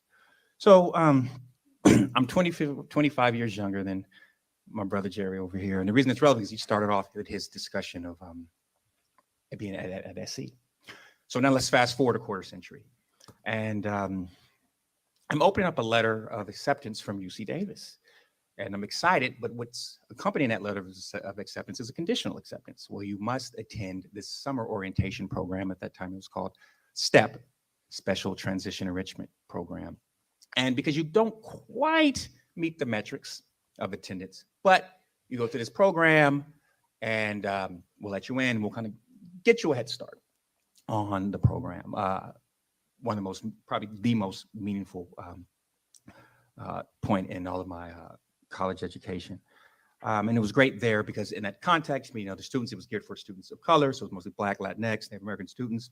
And it was some of the, so sometimes I say the unspoken Asian Americans, right? So particularly, I remember I'm from Sacramento and remember meeting students from Sacramento, Vietnamese, Hmong, kind of get lost in that story, if you said that model minority group. The darker, so building hang community on. and just understand. What he just said is that the darker skinned Asians don't qualify to be called the model minority because they aren't as close to capitalism as like the Japanese, like the Asians of the Japanese or Chinese variety or Korean. It seems like the mismatch, whatever he's talking about, would be solved seeing a number of a file, not a name, and race could theoretically be biased by. I mean, maybe mismatch theory is essentially the idea of like if you let in students based purely on their race rather than their qualifications, then they might not be able to succeed at the university, or they might question like why they're even there in the first place. Yeah, mismatch is affirmative action puts people into positions they are not able to do and they end up failing. Which again, I actually think it's a really bad. I think that this is a bad argument. Like, listen, so my cousin was like really like my cousin was like an elite women's ice hockey player, like back in the time when women didn't play ice hockey, but she did. And so she was like on like the national team, like when the national thing just got started. She almost went to the Olympics, but she didn't because she decided not like, but she had a lot of friends that were on the Olympic team. And so my cousin was recruited by all of these like Ivy League schools to go and play hockey for them because this is like when women were first starting to play ice hockey, whatever. She ended up going to Cornell. She was also like an elite like field hockey player too and all this stuff. But she always said, she was like, I swear there's a point to this. She always said, she was like, I wish I had gone to Harvard because Harvard doesn't let people fail. What she means by that is like it is actually really difficult to fail as a student at Harvard because like they will put you in programs, they will put you in tutoring, they will put you they will do whatever the fuck they need to do to get you to be successful at Harvard so that you can graduate, so you can keep their numbers up and like all this stuff. And so, and I kind of think of like mismatch theory is like the same thing. It's like sometimes with some of these schools, and I worked in higher education for a really long time. I think I can say this. I worked at every type of school from like more, I mean, I worked at Ivy League schools. I did consulting for Ivy League schools. I worked at all level of school. Anyway, sometimes the hardest thing about college is just like getting into it. And once you get into it, you're going to be fine because it's actually like not that difficult once you're there. As long as you like show up and do like basic stuff, they will get your ass across the finish line. So I don't know that I necessarily buy into this like mishmash theory. Yeah, Josh was saying Yale is the same. It's like damn near impossible to flunk out of Yale. Yeah, exactly. Understanding that so many students were first gen, right? Didn't know the ins and outs of the institution. And I was so impressed and moved by that experience. I actually joined became a counselor for that program the subsequent year and was a member of our student, at that time it was called Student Affirmative Action Equal Opportunity Program office, and worked for that office for the duration of my time at UC Davis. And towards the end of that time at UC Davis, we had the campaign on Prop 209. And the efforts of that office were to really, it was a disinformation campaign. And when we talk about climates, it's interesting, as you mentioned, in 1993, we started to see some diversity in the UC campuses start to resemble, I'd say, the California population. But again, there was pushback, strong pushback to those efforts. And so Hi, Jeff. when I Thanks for started stopping by. Davis, we were less than 4% Black students, about 12% Latinx students. In a state at that time that was well over a third Black and Latinx students combined, so less than half of that representation there. But for Pete Wilson and his ilk, that was too many, right? And hard-fought battle, we lost. And I was pretty sick of California at that time. I said, listen, I need to be around some folks who look like me. So next stop, ATL, right? Definitely looked a lot more folks like me. And at that point, my focus, one of the reasons I went to the South was to focus on capital workers, as Jerry mentioned. Anyway, Capital workers, not necessarily knowing or thinking that I'd be involved in any campaign to either overturn 209 or, again, any efforts to fight a larger maybe repeal of affirmative action.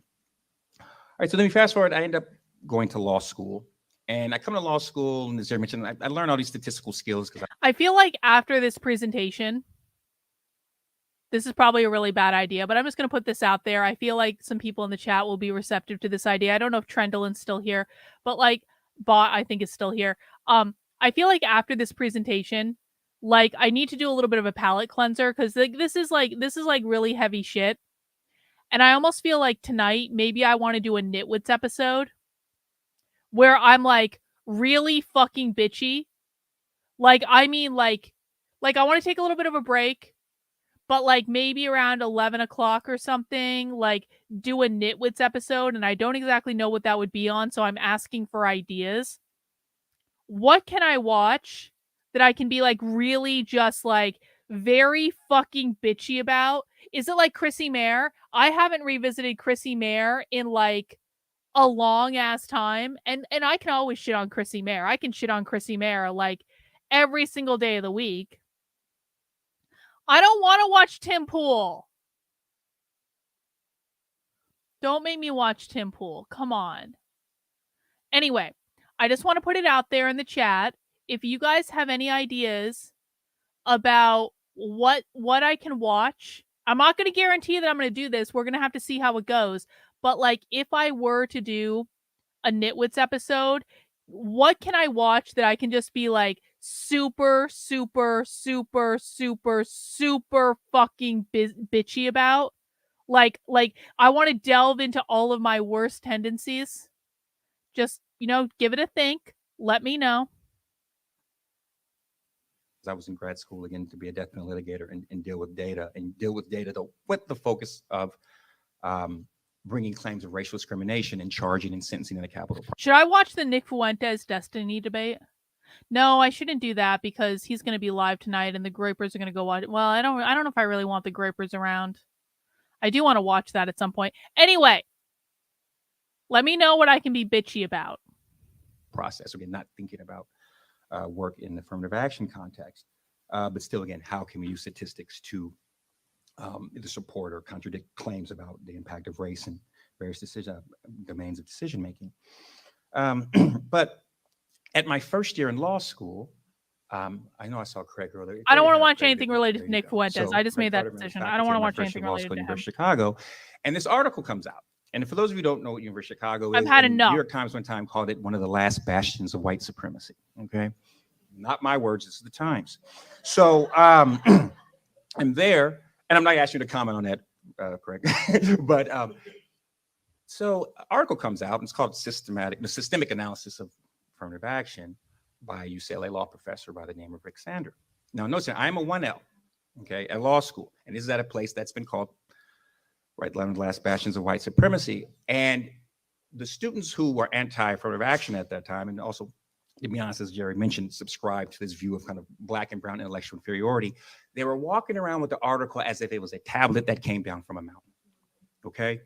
How empowering it was to them. See, we always knew this, you don't deserve to be here. Now, unlike Harvard, University of Chicago is not 600 students per class, it's under 200. So in my class, who looked like me, about 13 students. You mix black and brown students together, maybe you get not quite 30 out of a class of 200. So you don't have a critical mass there at all. What you do have is a critical mass of students, probably white students, saying, see, this is the proof, right? That affirmative action wrong, you don't need to be here, you're taking up slots. All right. Now, all that training I did in statistical analysis, focusing on capital punishment, that was for that. Oh, capital punishment. I know, though, however, when I'm talking to some of my fellow classmates, like, is this true? You could imagine this is proof. Rottweiler, I kind of feel like watching some like dumb conservative, like right wing, like grifter commentators. Like I've had too much Marxist. I need a palate cleanser from Marxism. So something on the right, like a super like grifter, fucking cringe, fucking bullshit. Right? Most people come to law school, they don't like numbers. And I remember literally having, still get emotional, but having a session with students of color, black and brown students at the law school, 1L, right? Not focusing on contract law, not focusing on property, but having a session like, I read this, I understand, I know the math, I know this is junk science. Okay, so now let me equip you with what you need to talk to these other students who are walking around like, oh, holy grail. This guy, Rick Sanders, says that you shouldn't be here. Okay, but again, not fighting some larger legal battle against those who want to repeal affirmative action, but just again, trying to equip those around me to say, we're in this place that is hostile to our presence here. We got to get through, but here's your, to use the young folks say, here's your clap back when you need some. All right. So, all right, that happens. Fast forward, pre-tenured faculty here at UCLA. Didn't know I was going to be here. Did not I was going to be at a place where, you know, when I was a 1L, a professor here claimed to have this robust evidence of mismatch. And I'm pre-tenure, and here's the gear up. Here we go again, right? Now there's this, right, reinvigorated attack on affirmative action. I'm understanding the backdrop, what's going on with the students for fair admissions, right? The Harvard and UNC cases. And, you know, a workshop that comes up, and here's even more evidence that, right, Black and brown students, again, don't deserve to be here. If they were at a lower school, they would learn more. New studies purporting to this. It was junk science then, it was junk science now. There's some people in the room might have been at those heated workshops. But I said, okay, I'm constantly finding myself in these positions where I need, right? And let's be honest, to speak truth to power, right? To combat this junk science. And so it's not my wheelhouse, but you never know when your number's going to be called. And with that became comprehensive critiques, started with some comprehensive critiques of the methodology there. And what that would lead me to is to become a signatory of the Empirical Scholars Brief. Now, back to this prologue, it's important to talk a little bit about what the Empirical Scholars Brief is.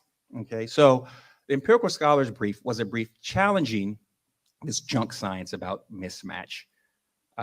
Initially in the Texas case, it's called Fisher. So there was assault, just as Prop 209 abolished affirmative action, we say race-conscious affirmative action in education institutions and any type of work with government, government employment or contracting. Also in the Fisher case, Abigail Fisher, who was plaintiff there, sued basically the University of Texas Austin for race-conscious admissions. And so you had a group of really the nation's foremost empirical scholars refute the provide a brief amicus brief, which is basically a brief to basically, I'm trying to define amicus for our high school students, but a friend of a court brief or somebody who has an interest in the case can provide additional information. They're not even like the named parties. They're not, you know, X versus Y, but just somebody who's interested in the case. And there was an empirical brief there. You would think that would have ended the discussion when you have some of the really foremost applied and theoretical statisticians in the country saying, no, mismatch is junk science. But the truth doesn't matter to people who don't care about the truth. They just want to push a narrative. And so, again, I'm just in part for the community here at UCLA saying, listen, I'm not going to let this junk science due to the effect that I saw it had on my classmates when I was a 1L have on students here. And what ends up interesting happening is then these folks who I didn't necessarily know all of them had read my work on affirmative action and said, we need you to sign this brief in this the Harvard and UNC cases, right? Your work, you are doing some, you know, the cutting edge critique in this work. We need you to come on board. And at that time, Rick Sanders, Professor Sanders had produced another study that was very, very problematic. And I had happened to critique it early when no one else had actually done so. And so multiple critiques had come into that amicus brief.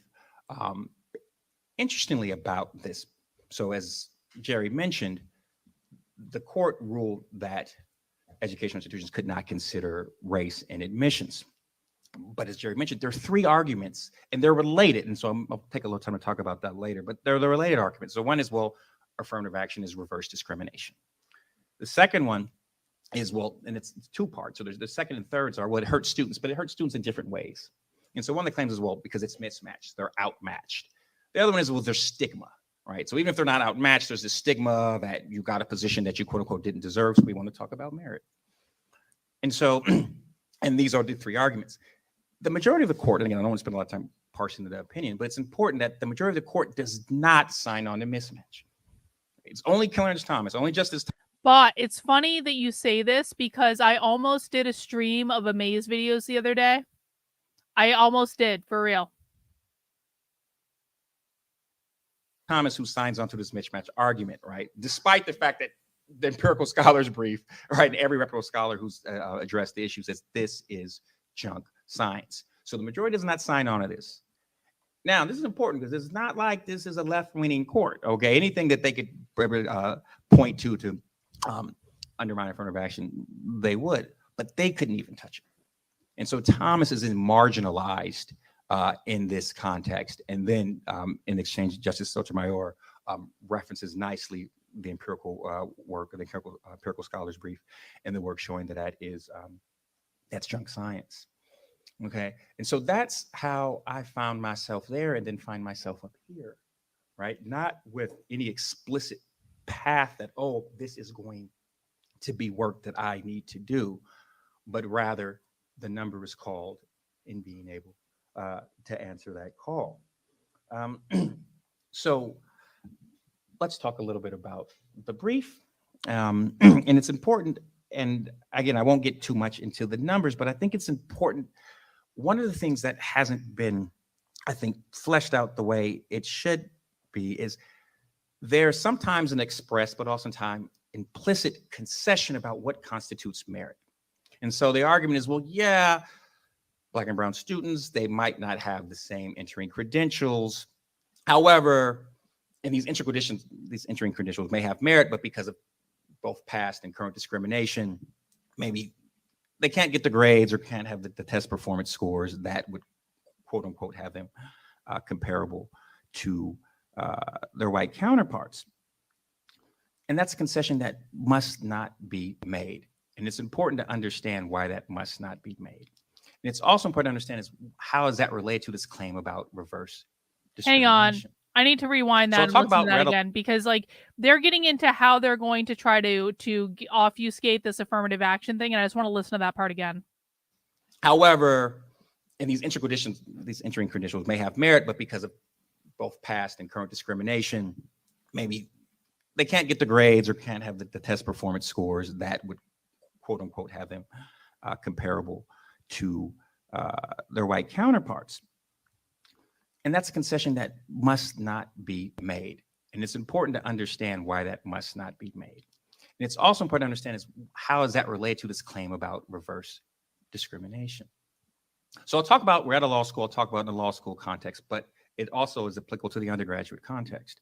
So when we talk about merit for law schools, and these things are changing, it's important to think about why things are changing, but typically what law schools look at in terms of your numeric we call entering credentials are your undergraduate GPA and something called the LSAT, right, which is law school aptitude test. I haven't spelled out the acronym in so long. It's either law school admissions test or law school aptitude test. I don't remember, but it doesn't matter. So, okay, thanks. What ends up happening is, so there's an argument, well, these metrics actually capture aptitude. And then the claim of mismatches in this aptitude is important for then legal learning.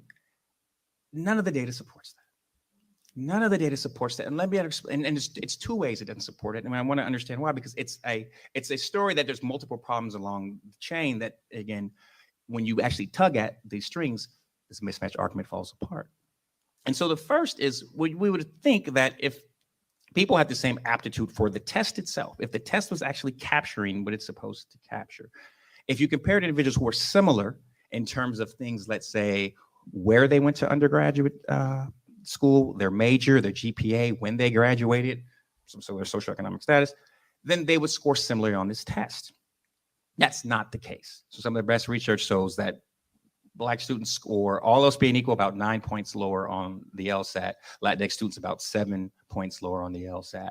But actually every group scores lower than white students on the LSAT. But it can't be explained by any of the things that should predict LSAT scores. That means the metric itself is racially biased. And it's important to keep this in mind because we're going to talk about reverse discrimination. So that's the first thing. The LSAT is not capturing what we think it would capture. But now let's just put to the side, okay, it's a problematic metric, but that's all we have in terms of its racial bias with respect to performance on that standardized test. But that standardized test is supposed to predict legal learning. So it should have a relationship to things like not only one's law school performance, but also things that matter, but that more so than that. And so you don't go to law school two good grades, at least you shouldn't. You should go to law school because you want to be a lawyer. So things like passing the bar should matter more than that. And what we understand is two things that are very interesting. Those entry credentials predict a very, very small amount of what we saw the variance or differences in law school performance. So the thing that's supposed to predict law school performance, that's already racially tainted, doesn't even predict what it's supposed to predict if we just ignore the racial taint. Not only is that a problem, an additional problem is when you compare Black and brown students to white students who have the same undergraduate GPA and LSAT, they perform lower on law school grades. But now, even with this problematic measure, and they're systematically scoring lower, when you compare them who actually score at the same level, they do worse on the grades, the law school grades. And then what's more interesting is, and now that's predicting this guy bar is passage so awful. when the This studies are guy done is like correctly. the worst lawyer in the history of But lawyers. somehow we're still holding on to those metrics, right? Somehow it's I'm still falling holding on asleep. to If you're those falling metrics. asleep, Well, you're not alone. all the data shows they're racially biased in a way that hurts Blacks and brown students, really all non-white students. They don't predict law school performance. They don't predict bar passage, and really don't predict career success. Not only that, when you look at the better conducted research, we have what we found a reverse mismatch effect, which actually students of color are benefited, right? Benefited by going to institutions that they would be quote unquote mismatched. And they're finding this both at the law school and undergraduate level, right? And so this really brings attention to bring it back, because I'm giving you numbers, is what do we mean by merit? And more importantly, why are we so comfortable with a racially tainted measure of merit and don't constantly critique that? And this becomes important because even when we're in a regime that abandons race-based or race-conscious affirmative action, there's still an issue of, okay, well then what do we look at in terms of who do we bring in, right? How do we predict their performance, right? And more importantly, if there's a case where we have measures that are of racial taint with respect to not only admissions tests, but also performance in law school, why is the attention not focused more on law school context? So let me give you one more piece of information outside of the race context, but I think it's very important. What he's basically arguing is that we have to have affirmative action because the one test that you take to get into law school is racially biased against people who are not white, and it is not a good predictor of law school performance anyway. And so why are we? If you guys want to know why colleges are getting rid of the SAT requirement, this is the argument why. It's the same with probably the GR, like a lot of colleges haven't required the GRE like ever. The SAT, the LSTAT, stuff like that. If you want to know why they're getting rid of just standardized tests, this is the argument why. Important for contextualization. So the late great legal scholar Lonnie Guinier, who was a professor at Harvard, conducted a study and wrote a great book called Becoming Gentlemen. And Becoming Gentlemen was a study of the University of Pennsylvania Law School. And what was found at the University of Pennsylvania Law School was that women had not just equal, but on average, better credentials than men at those schools, entering credentials, but performed lower on law school GPA, or not getting admitted to law review, and then it had a bunch of other downstream ripple effects, okay? But it couldn't be you weren't prepared or you were mismatched, because actually women were performing better on those entering credentials. And they looked at a lot of other things, study habits and other things, and nothing really explained it, except but the focus was, well, when you actually did kind of the real more granular analysis and talked to the students, you had a hostile work environment. Not a lot of surprise, right? Didn't have any women faculty. A lot of the way the instruction was done in a kind of gendered way that alienated women, and the way the Socratic method was conducted, right? And there wasn't really an accounting of that. But what you saw was change. Again, it hasn't been rectified, but you saw change when you started having critical mass of women professors, critical mass of female students at the law school. So, but what we also, when we still look at some of the more current research is done at Harvard, University of Texas, Stanford, we still have these gender discrepancies, again, that can't be explained by quote unquote mismatch, right?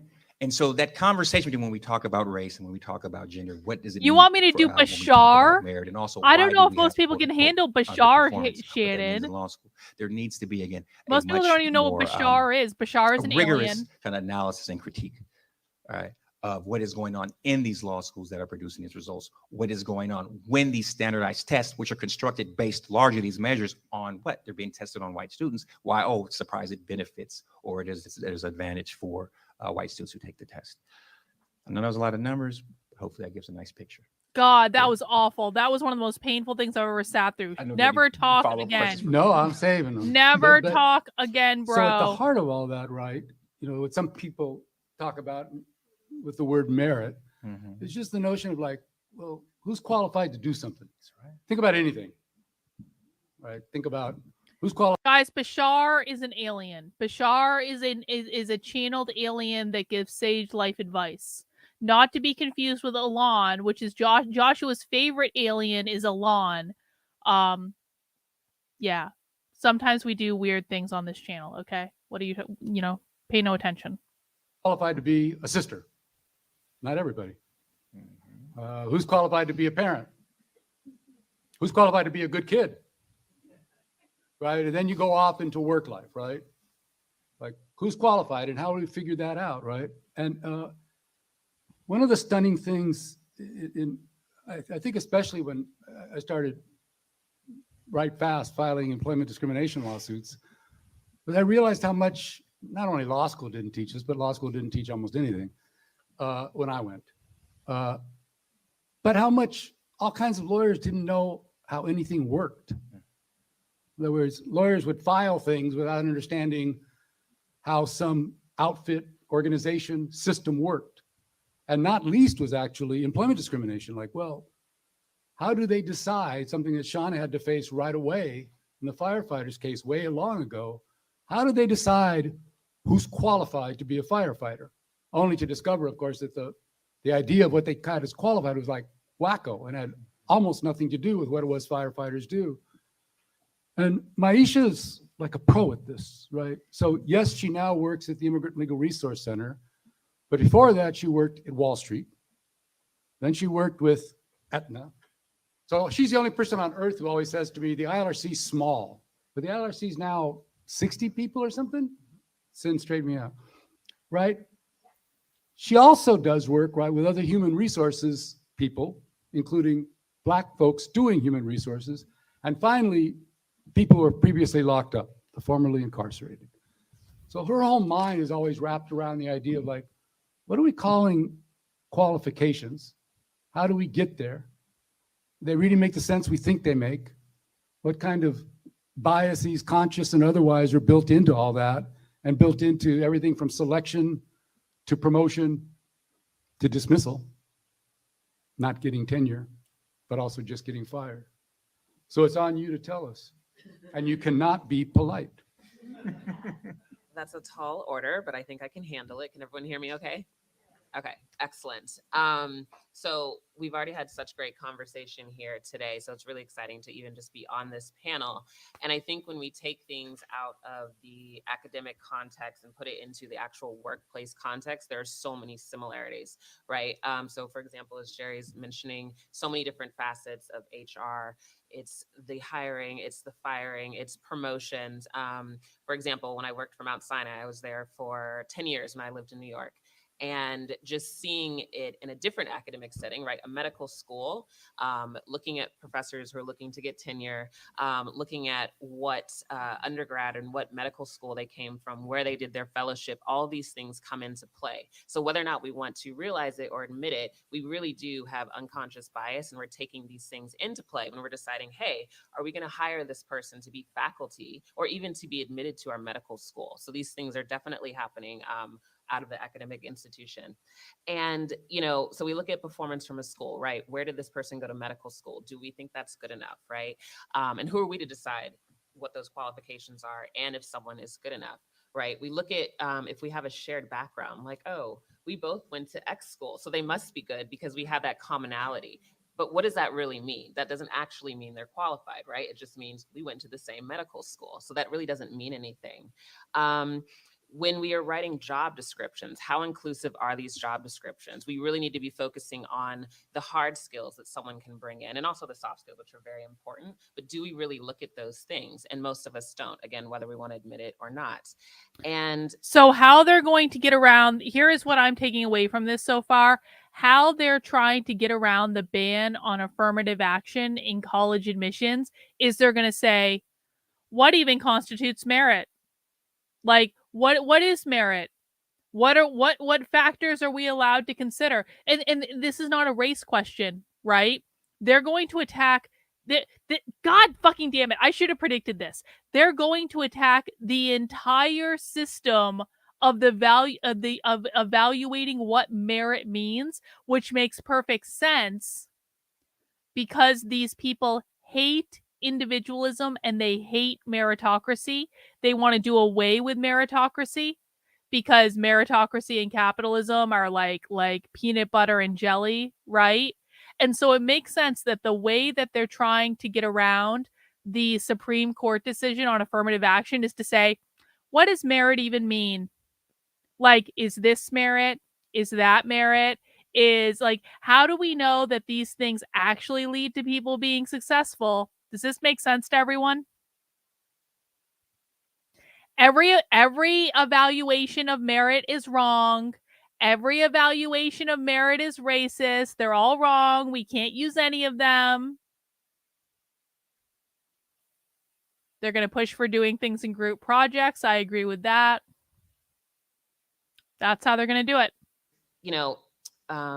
Something that Dean Waterstone mentioned earlier, right? We're trying to. I'm about to tap on this though. I'm so tired Zoom and bored. Just a very different way of living the past 3 years as we move through the pandemic to being back in person. And when we're looking, I don't know if I can watch the right? rest of the symposium. I'm like, we would fly people out to various campuses so we could sit and meet with like them. I can sit through some boring shit, but like this is like testing my limits. Now there's another type of bias that crept into play, right? We're now seeing someone's family photos in the background. We're making judgments or comments just seeing a family photo. What does that even mean, right? If we hear a child crying or we hear a dog barking, like all of a sudden our brain starts making these things or making little notes. We're like, oh, young child, were they going to be able to put the work in? Okay, I'm seeing a lot of people are bored. I'm about to fall asleep. And I know we shouldn't do this because we pride ourselves on sitting through the boring bits and sitting through the cringy bits. But I think we've got from this what we're going to get from it. And honestly, like all I really wanted to know from this session is how are they going to try to get around that Supreme Court decision? I feel like I've wrapped my head around that. I understand that. I can't do this anymore. I don't want to listen to this shit anymore. I am done. I have reached my limit. It's Friday. Ugh. I feel like you guys are with me. All right.